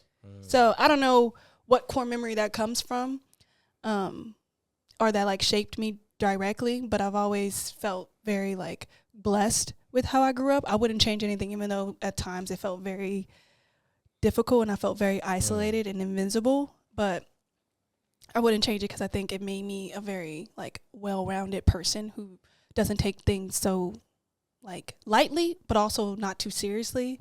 So yeah, I could see that. Yeah, You're a very cool person. I think so too. So thank you. You're very thank cool. you, thank you, thank you. That's cool that you think that too. I know. Seriously, I think a lot of people are like, "Nah, I'm fucking." No, I'm so over being like someone who does not stand in, who like the beauty parts, like the great parts of myself. I think we get into this mindset, especially as Black women, that we're taught to be so humble and like palatable. What is that? Palatable. Yeah, to people. So like we don't disrupt things. I'm like okay with being exactly who I am, and it took me a long time to get there. But like now that I'm here, I'm not gonna like apologize for it, or I love that shit. I love that you're that way. or literally it's just refreshing. be like humbling. Yeah. Like I'm humble. Don't get me wrong. I don't think I'm like the hottest shit. I do think I am. but like it's refreshing. It's in a way that it's not like I don't think I'm better than you. For sure. It's more so like I've did this work that like I'm comfortable with who I am. That doesn't For mean sure. that it takes away from anyone Well, else. I think Like, you're right. Totally. Though. Yeah. I think the world is actively always trying to put down Black women. yeah, And I think the world, in the same breath, is very jealous of what Black women bring into the world, and so they're constantly trying to be like, no. But in reality, they're trying to take from Black women, because you see it in like slang, like a lot of popular slang right now. Black comes women. from Black women. Yeah. A lot of fashion trends. Black Black women. A lot of like things that are popular or enjoyed, like whether it's music, Black women.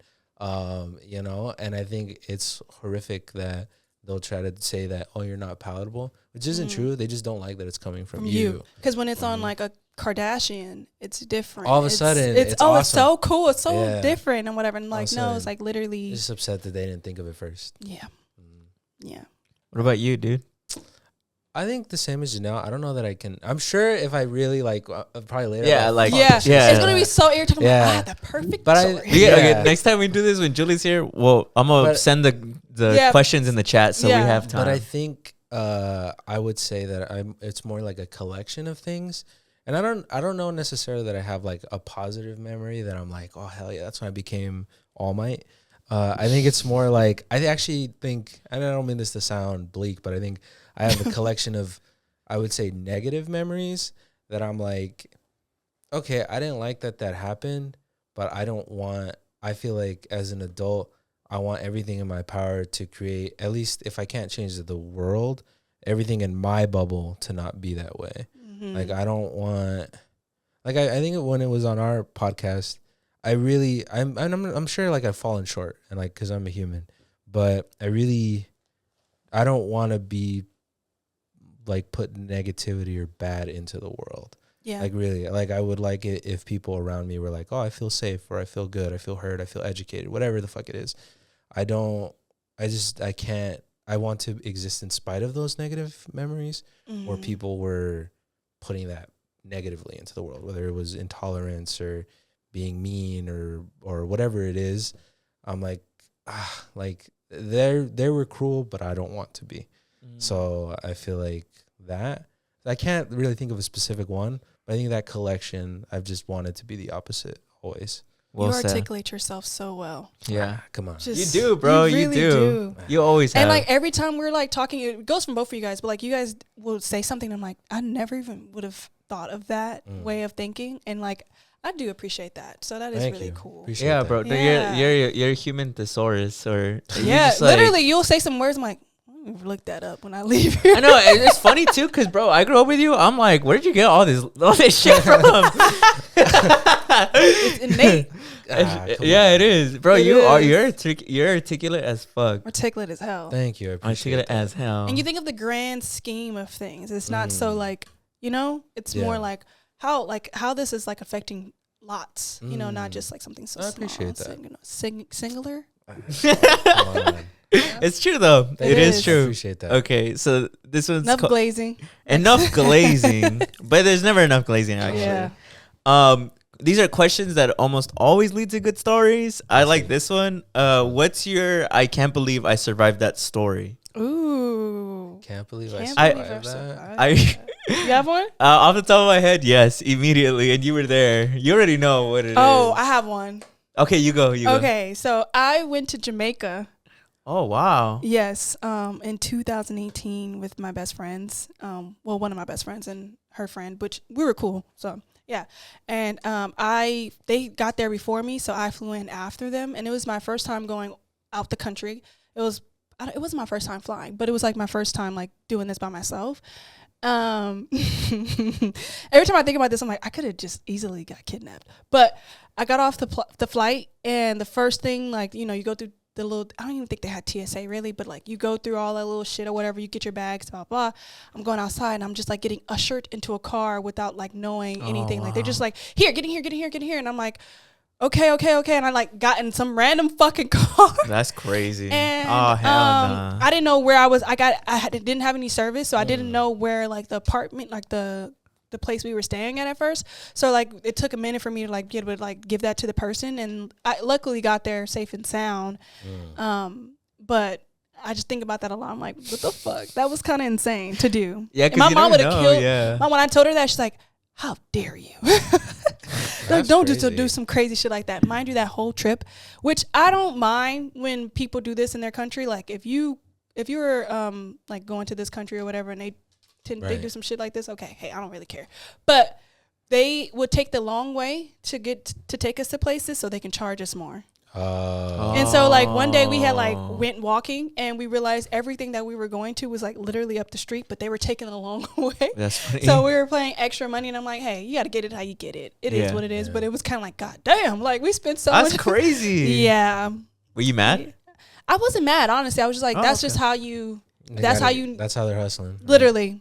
They were so nice out Wow. there too. They were like asking, like they were trying to give. I wasn't smoking weed at that time, period. But like everywhere we returned, they were like, "When weed, you got weed, we got weed." I'm It was like, Jamaica. yeah. How was it though? Was Jamaica cool? I would love to go back because I didn't have a great experience. Just because the second day I got a crook in my neck. Oh. So like I don't know how that happened. I think it was like stress and being nervous about being out the country. I don't know what that was about, but literally couldn't do much. I had to like move like this the whole day. I mean, the whole 5 days we were there, and I was getting bit the fuck up by mosquitoes. So I'm not surprised. I remember reading something about how like the science of travel for the average human is actually really hard. And then also I think a lot of the propaganda towards going to Jamaica and like having to be very wary of people that they like pushed on us around that time made me very like afraid to actually enjoy myself because I was like, you know, constantly like on guard and like stuff like that. But I actually had the most like if outside, like I never had like that kind of like issue per se. Like I honestly had like a really cool experience where like some guy was like singing me a song in the club, and I was like, wow, this is so cool. But the worst time I've had like a scary experience regarding just like being like out wasn't in Jamaica. It was in Paris around white people, where I was like, I'm actually scared for my life because they're really racist. Yeah. When I went to Paris, they were. I remember I told my sister, I was like, I don't know if they're being mean to me because I'm American or because I'm brown. Yeah, it's because you're brown. They're really racist. That's how I was like, I don't know what. Yeah, no, but for sure, it stinks. It stinks out there. It smells like cigarettes. It stinks. Smells like there was a roach in the restaurant. Whoa, okay, I didn't experience that. That's crazy. Isn't that crazy though? Just because it's a white country, it's like it's beautiful. It's the city of romance. Da da da da. But brown and black countries, it's like it's dirty, it's uncivilized. But like, I know, right? Right. PR, bro. That sounds fucking dirty and uncivilized to me. But no, whatever. literally, and like Jamaica was beautiful. Like the water was so clear, it was so pretty. In Paris, I was so underwhelmed by like the Eiffel Tower, about like the food there. Food was terrible. Hell yeah. That's some good coffee though. The audience knows how I feel about France. Yeah, he doesn't fuck Also, with the it took me a French. long time, not a long time, but I kept on confusing France with Italy. I just That's don't, funny. I was up here like, I can't wait to eat all the pasta. And just my don't friend's like like, Europe. what the fuck are you talking about? You I don't like just- Europe? I feel like It's just similar to, it's like what do they call it? Western civilization. I just feel like it just seems. There's never in my life have I ever felt any call, admiration, or anything about Europe. Have you been to London? Nope. And I have no desire to go. I feel like nothing there seems like cool to me. Nothing there seems. I feel like their architecture is overrated. Yeah. I feel like real cool architecture is in like people of color cities. You know what I will say was really cool? Seeing Jim Morrison's grave. That was really cool. Where was it at? I think it was in France, I want to say. I think it was. Let me see. I think London was fun. Nando's was a really good place. They have actually one in Texas, I believe, which is like a chicken restaurant. It was really good. That was the best food I Yeah. had. But other than that, the food was terrible. They put beans on everything. Why the fuck is my beans touching my eggs? That's disgusting. That I don't know, European shit. No, like what? They're literally baked beans on breakfast plates. That's like the English breakfast. I'm like, they eat like it's the war still. That's what they say. literally, because why do you have beans on this plate? That's it's so funny. ridiculous. That's funny. Yes, But yeah, they were he really was nice great. out there. I Hey, didn't- where? Yeah, London? in London, it was pretty. Like literally, we were having a hard time finding our flat, and like this man literally was like, "Do you guys need help?" And he like, I was a little scared because I'm always weary, but like he was very nice. Did he have he had thick English accent? Yes. Is I it cannot, satisfying? I cannot do it. And I was so upset that all my friends could do it. And I'm over here just Oh, like, I can't said, do it for shit I either. sound country as hell. Yeah, I can't do a British accent for shit. Yeah, they did Can it. They you? do it so well. Can you? What did he talk like? You don't want to hear my shit. Was it like the, You don't want to hear. was it like the proper British? Yes. Or was it? Because I always in my head they always sound like It sounds like it sounds like they have water in their mouth. hello, you birds looking for your flat. That's pretty good. Yeah, That's yeah. pretty good. You know, it's funny. Maybe we'll do this when Julie's here. I wanted to do a challenge with us when we do. Have you seen that trend of like saying the same sentence, but first angry, then happy, then Oh, yeah, yeah, disappointed, yeah. and then like appreciative? I saw one was like, "You digging in your ass?" That's literally the one I saw. That shit's funny as fuck. It's like an older lady. Yeah. She looks yeah. like she's in prison or something, but Yeah. it's just her. It's just her She's in apartment. prison. It's just her apartment. That's just the way it's like set That's up. funny. You know, it was so funny. I'm like, That shit was funny. You've been digging in your ass. That shit's been digging in funny. your ass. You're digging in your ass. Oh hell yeah. That's funny. But for the survival story, the only one, not the only one actually. I can think of a couple, but I was there? I can't believe I started that when we accidentally took shrooms and went hiking. Well, we didn't accidentally take shrooms. We accidentally took too much shrooms. Ooh. We thought we took a microdose. Turns out, and we didn't know this until like a year later because we had a friend who worked in the industry. Dom, do you remember? He told us. We showed him the packaging, and he was like, "Yeah, this is way too much. You should have taken like 1/2 of one square." But one of the homies took like 4 squares. I took like 3. You took 1, and then one of the other homies took 1. We all tweaked the fuck out. Like tweaked how? What was you tweaking on? Like The homie started crying and Aw. like shit started looking like flesh and like gore and like skulls like Oh my on, God. on the walls. That's what I was seeing. Yeah. But I mentioned it during the trip. I don't know if you remember because you told me that some of it like blacked out for you.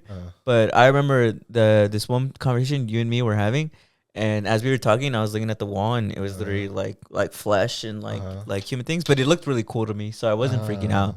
I was just like, wow, that looks really cool. But that probably that is I can't believe we survived that because it was a pretty dangerous route we were going on. Like we had to stop because like we were not like we had to cross water at least like twice, and it was also really rocky. And I'll never forget it because I thought I was holding through. Like I was really hoping that everybody like I could keep everybody under control and like make sure everybody was safe. And I'll never forget I was sitting with you. And you were like, "Oh, dude, how does it working with your dad? How does it feel working with your dad?" And I remember I was like, "Oh, it feels pretty cool." And I remember I looked at this patch of grass, and this patch of grass just started expanding like all over the floor, all around me. And then I remember you were looking at me because like I was like mid sentence, and I was like, "Sorry, bro, they're just they kicked up a notch right now." And then from then on, we were off. everybody was just tripping out, just like experiencing extreme visuals and like just on drugs, literally just on drugs. But that one probably because we went hiking and we were all tripping out pretty hard. But it was I had fun. I had fun, but we definitely took way too much. It was definitely one where there was. Do you remember you said there was a part where you thought we were gonna have to call like the helicopter? When you're talking about you're referencing the homie who was crying. He did not look good. Like he started shaking. I got very lucky in that like I don't know. I was just like I feel like I handled it. I rolled with the punches and I was like okay, but he looked not good. Did he take the most? Or did he didn't. No. But he's just never that type of stuff. He's just can't handle. But he insists. But he insists. He insists. That's so funny. He was like sobbing. Like, like it was pretty severe. And he was shaking. He started shaking. When he started shaking is when it was scaring me. Because I remember being like, okay, we're kind of far. It's not dark, but the sun is gonna set in like an hour, and he's not okay. Like he's not like he's still in the throes of it. And I was like, are we going to be able to walk him out of here? Because I remember there was a part where we had to climb a little bit. And I was like, I feel like in that state, doing a hike on shrooms sounds insane. We thought we would be okay because like I said. You've done shrooms before? Well, yes. That, and also we genuinely thought it wasn't that much. Like we thought we were microdosing. We accidentally took like 20 times more of the dosage we thought we were. Wow. And you said we even were looping at one point. Yeah, that conversation. Yeah, and it's funny too because like at the time I didn't realize it, but in hindsight, when you brought it up, I was like, oh, that's true. We kept talking about the same thing, huh? He kept going to me and he's like, how you doing, bro? And I was like, I'm good. I'm chilling. How are you? And you were like, I'm good. How are you doing? I'm good. And I thought we were having fun. And you said it from your perspective. My perspective, I remember I was like, I feel like I know we've said this 10 times. And I was like, I can't stop. Like, I can't. We kept doing it over and over for a solid couple of minutes. We were just like, I'm good. How are you? I'm good. How are you? I'm good. How are you? I think I would love seeing people high when I'm not super high. Because if I'm super high, then I might get like even more high knowing that you're high. Like, so I would love to see people interact like that and just be able to laugh. Where I'm like at a reasonable highness. Honestly, it probably would have calmed us down. That should have been fun. It probably would have calmed us down if you were laughing. Because I'd be like, that's funny. Like, I guess we are being you know weird, what's funny is what snapped me out of it was seeing not that homie, another homie crying. Oh, yeah. Two homies was crying. Yeah, because I remember being like, are you crying? And he was like, yeah, life is just so beautiful. And I was like, yeah, I guess it is. That's funny as fuck. That one was funny because the like build up to it, he started crying was funny because he was like, sometimes I feel like I'm like a bunny and like I feel like we're all like kind of like animals, like just in like a farm, just like trying to make it in life. What? And then he just started crying. And he's like, I'm just also really proud of myself. And I was like, that's good. And he was like, "Are you crying?" Good high. Yeah. That seems like a He took the most. Good. He took wow. That homie that was happy crying. He took the most. He took like 5. So yeah. What about you? Yeah. Huh? What about you? What's been your in that moment? No. What's your shirt? I can't only share that story. Let me think. I think I have one. It's gonna sound serious, and I guess it is. But I think I'm cool. Like I feel like I can talk about it in like an objective and positive manner. I wouldn't say that I'm able to like condense it into like a small like anecdote story, but I think like being in a like kind of for me it's being in a manic depressive episode. I never experienced that before, and I was always one of those people who was like, I think unless you've been through it or have seen somebody who has it, it's kind of a foreign concept. I always say it's kind of like imagining a color that you can't imagine because you always are with yourself. You always know how you're going to, like for the most part, you always are like, I can't imagine not thinking like this until you're there. And that's a really interesting experience at least because I feel like for me, it taught me a lot. Like, I feel like it's a really... I'm very lucky to kind of be on the side that I'm at now. Like I'm not saying, you know what I mean.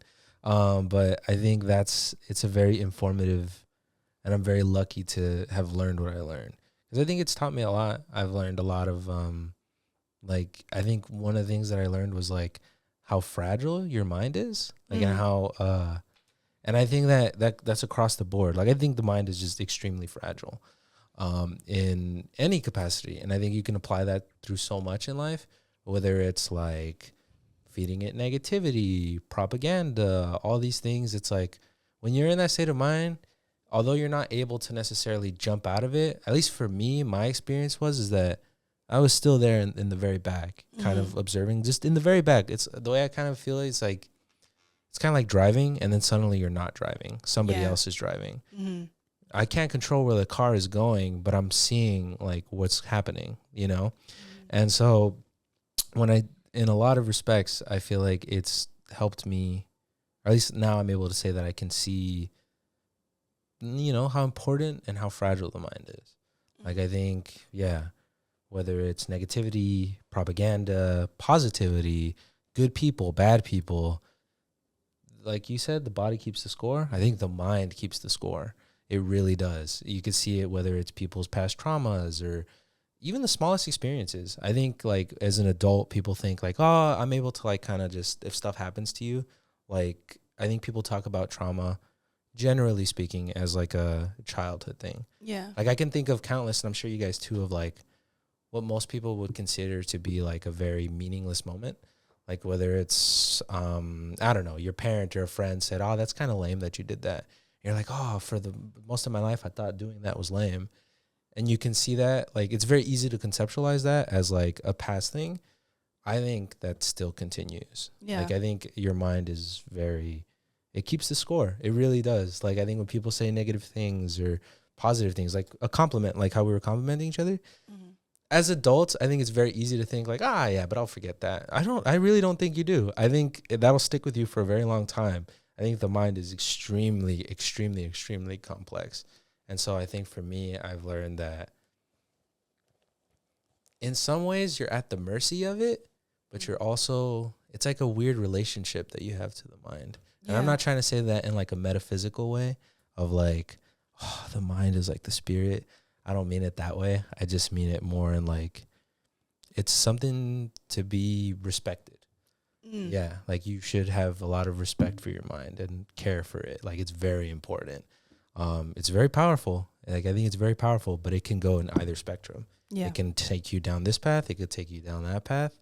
But it's pretty crazy to get to really sit back and think of that for me. So that's, I guess, what was the question? It was, I can't believe I survived that story. Yeah. I think for me, it was very much like, I was like, oh, I'm very fortunate to come out on the side that I did. Because I like who I am now. I like the path that I'm taking. And I think in that moment, or like going through that, I didn't think I would get out of it or like who I was after it. You know, I didn't think it would end up in this route, but I'm very lucky, and I like that route that I took. Yeah. That's my story. Yeah. That's real. Wow. It could have been a whole different realm of a person. Because I think it's also like, you also, at least for me, I think it's made me more empathetic. I hope I've become more empathetic. I like to think I have been. But I think it applies to everything, you know, for like, you see the way people like carry things and like hold on to stuff or like what they're going through. It's like, I feel like for me, when people are going through something, whether it's the mind, whether it's financial, family, whatever it is, I feel like it's giving me a new, like, I'm sure that's very tough to carry. Like, I'm sure that's very, like, it's giving me a little bit of like, hey, give them some space. Like, I'm sure that's really tough to go through. Yeah, because you experienced something, so you know what it's like to. Yeah, because I feel like it doesn't necessarily just have to be like that. Like, if Steve was telling me I'm going through, I don't know, my car isn't working and I can't meet the bills for that, there's a part of me that's like, yeah, I mean, everything takes its toll, you know? So it's like, I think that's cool. Like, I'm able to kind of be like, give people grace. I'm glad I learned. Oh, that's what I'm looking for. Yeah. The grace. Wow. Very well said. Appreciate that. I think honestly that's a good point. That's a good place that I think I'd want to end the episode on. I think you left me with a lot of value in telling your story. I have rapid fire ones if you guys want to do it. It's just basically okay. Okay, I'll do a rapid fire one. Coffee or tea? Coffee. Oh, damn. Coffee. London. I like the London. What's it called? London fog. I like those. I don't think I've had enough It's tea with like milk and. I don't think really I've had. good. Oh wow, really? It's really good though. Whoa. It's so good. I like tea, and for a long time I was like tea over coffee. But as I've gotten older, I do like coffee. Yeah, I'm addicted to the bean. No, I will literally wake up and be like, damn, like I can't wait to get some Yeah. coffee. But like a London tea with like it's like Earl Grey tea and or black tea, and then it's with like milk and simple syrup. Nah, for sure. pretty But good. I think as I get older too, I'm like, fuck, dude. You know what would make my day better? A nice cup of coffee. Yeah. Nice coffee. Mhm. And I also like it hot. Not gonna lie, I do like ice. hot coffee. Ice kind of gets like a little. The wateriness. Yeah, I'm like at this Oh, point. I I'm not feel even that, having yeah. Coffee. I love some hot coffee.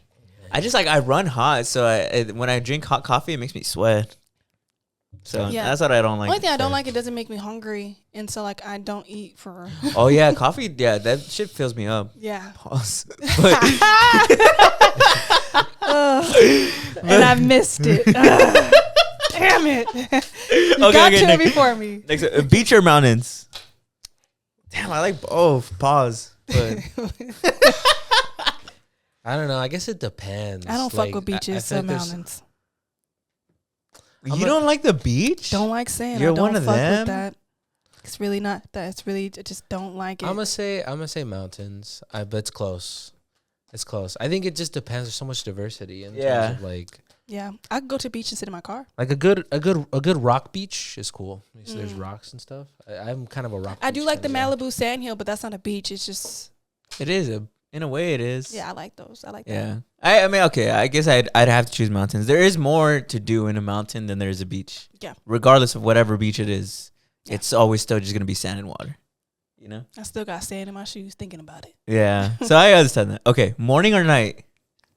Night. I'm a night person. Morning. I love being up. I You mean, be up talking and shit. I'd be up at 5 a.m. already talking Sick. to myself. I I love wish- being up early. I wish I could be a morning person. I just can't.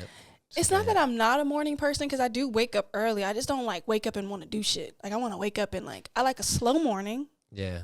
but I'm not waking up and wanting to go tackle the world. No, I'm waking up like that. I'm waking up like SpongeBob. Oh my god, Just that's I don't know what it is. It's just that's I a great fuck with the quality to morning. have. Thank you. Mm-hmm. But the only thing that sucks is that at night, I feel like more people are night owls. So if the boys want me to get on the game or like want to hang out, I'm like already ready to go to sleep by 11. Damn. Yeah, but it just I enjoy the slowness of night. I feel like a lot of people are asleep. The world seems to like slow down. I feel like the morning. I do like the morning. I think it just feels like a lot all at once for me. Whereas like at night, it's like, okay, stuff slowed down. There's no news for the most part. Stuff isn't. Shams hasn't dropped like a trade. Like it's cool, you know. I don't have to. Yeah. I love hearing the birds chirp. I love seeing the little like bluish like tinge that's outside before the sun's about to rise, but when you already know it's hitting the sky. Like I like the cool like dewiness of like a morning. I don't know. It makes me ready. You're like, No. I don't know. I fuck with it. Okay, dogs or cats? I'm more of a Cats. cat person. I think dogs I are like just both. they're just too like easy. Like they're just easy. You're just happy as fuck for no reason. Like just cause I'm like I like the cat. I like that cats have kind of like, you know, some kind of like I don't know. Like It's loyalty test in like a they way? genuinely, you know, I don't know. They have, yeah, I they're like more dogs. calm. I like dogs a lot. I just don't think I'm in a dog place in my life right now. You know? You're not a dog? Like no, I think if I had a dog, like I really, really wish I had a lot of room for him, like to like run around in the fields and go play. But they also need a lot of attention. I just don't have the time to give them a ton of attention. I get Whereas that. cats are, I give my cat attention, but they like to do their own thing. And I'm like, Yeah. I don't Yeah. really like animals per se, like in general. So like if I had to choose, it would be a cat. But if I didn't have to, it would be neither. I don't really, and I don't know. I feel like it's kind of weird because whenever you say you don't like pets or animals, people are always like, "What the fuck?" But like, I've never felt comfortable with it. Like never. Would like you picking up a dog or like any being a- animal? Yeah, literally. And it was so weird because we had like a little pit bull when I was younger, and it basically like it got attached to me and like I was feeding it like when I was a kid, and then when it got bigger I got scared of it. So then it was kind of like It was man. sad. Yeah, it was awkward. sad. Yeah, and I'm like I don't know.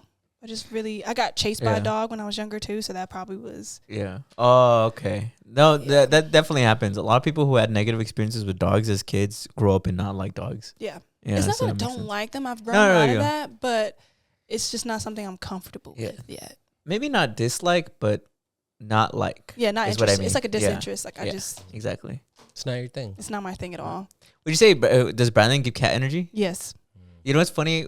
Speaking of shrooms, one time we were on shrooms, Julie was like, I don't know why, but I feel like you look like a cat. Like She a black said cat. Remember that? She said I turned into a cat. Yeah. Oh, really? She was Yeah. high as hell. Yeah, she was high as hell. That's so funny. I like But- cats. I like their energy. Yeah, Do you wish you could loaf like them? Yeah. That shit looks so it satisfying does. when they're like loafed. That shit, I don't like when they start stretching. That shit looks weird as hell sometimes. I'm like, they're like I do like that elsewhere. I like their elegance. Yes, Very elegant. I don't know, they move they're very cool. the way they move around. Yeah. Okay, sweet or salty? Both. I have an enormous sweet tooth. That's my kryptonite. I do have an enormous sweet too. I'm not gonna lie. It's my I have to. kryptonite. Yeah, I like salty, but I sweet. I like it when it's together. You know how like you see those boxes with the stick? That's how you could catch me with a sweet tooth. Dude, I don't. Do you need something sweet after every time you eat something? Sometimes low key. Most of the time, I actually do too. Low key. Yeah, I need some ice I cream. need or something. chocolate. I genuinely believe You that. like chocolate ice cream? I love chocolate. Everything, dude. I love chocolate too. I don't like chocolate ice cream. I think that's Chocolate's my Achilles heel. Like I think so. Like genuinely, put a piece of chocolate. there. I agree, dude. If I feel like if I wasn't addicted to sweets, I low key would be like ripped with abs right now. Cause I fucking go OD. Like if you give me something, I'm gonna have to go to the gas station and get more. Well, because Like I love sweets that much. I think with sweets and food, it's like that's like one of the joys of life. You know, Yeah. like stuff tasting good. a little Yeah. sweet treat. Yeah. I love when things taste good. Yeah. Okay, so do you guys prefer texting or calling? What? What are you laughing at? That's So funny over there. texting. I think it Texting. depends on the person. I call my mom because she don't know how to text, but that's the only person I. Some actually people call. are just not good texters. Other people are good texters. Some people are True. not good callers. Other people are good callers. It depends. True. I don't think I'm a good texter per se, but I would prefer to not because I have everything on do not disturb. So only time I see it is if I'm actually in my messages. But I just don't like being notified. So that's why I don't like phone calls. I don't like the immediate attention that it requires. So I'm just like, oh, I get you. it just overwhelms me in a way that I'm like, I don't like that you think it's okay for you to call me without texting me. Tell me you're gonna call me so I can prepare. I don't like Also, surprises. yeah. It also depends on the situation for me. Yeah. Where it's like I'm like, bro, I cannot convey this over text. I get you. I need to like. That's why right. voice memos exist. Totally. That's true. Yeah. That's true. Yeah, you know what's weird? I feel like I get now anxiety when I hear a phone rumbling, but not from me. I think I've just experienced a lot of bad news over the phone to where I feel like now when I hear somebody getting a call, it gives me like anxiety. Oh wow. So I think I prefer texting for sure. Yeah. Are you guys introverts or extroverts? What do you guys think you guys are? Like I think I'm okay. what do I think? Like I could tell you what I think you guys are. Okay. Go ahead. I think you're an introvert. You kind of you're kind of like in the middle. It depends, but I think you lean more towards introvert. Okay. I consider myself in the middle. It depends on where I'm at. Omnivert. Yeah. But like for the most part, I'm very like I could talk to anybody now. Mhm. It wasn't always like that though. But Mhm. now I'm like, I like think talking. it's extrovert. I don't think. Yeah, I that's don't think funny. I'm an extrovert. I would have guessed you were an extrovert. Yeah, I Don't consider say myself an this. extrovert. Yeah.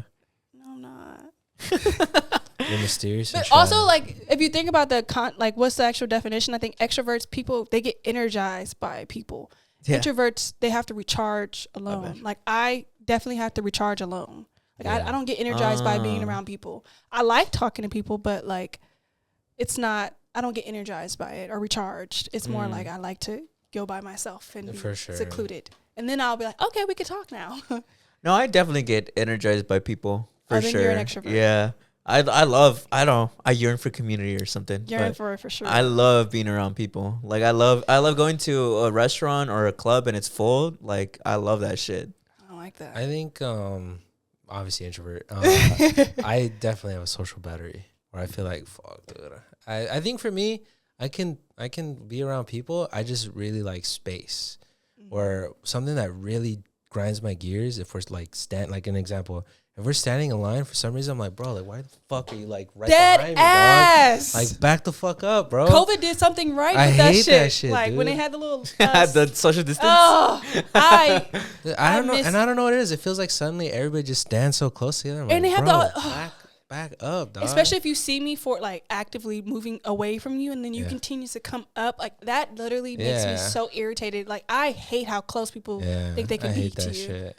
Yeah, I don't fuck with that at all. That's funny. That or like, I don't know. I feel like I can be like in a social gathering, but there's a part of me that's like, let me just go be over there though. And then it's like, I hate the like, everybody just like moves to you. And I'm Yes. like, bro, like I did that for a reason, you know, especially with parking. That's funny. With parking, I fucking can't stand it because I don't mind parking all the way at the back and having to walk, especially when I'm alone because it's my choice. But then it's like I come back and everybody's parked right next to me. I'm like, why, bro? I went all the way over here for a reason. This reminds me of like last week I was with my nieces and nephews at my at their house or whatever, and I like went outside because I was like it was like so many people. Yeah. I'm just kind of like I need to be away. I go outside to get like my little space.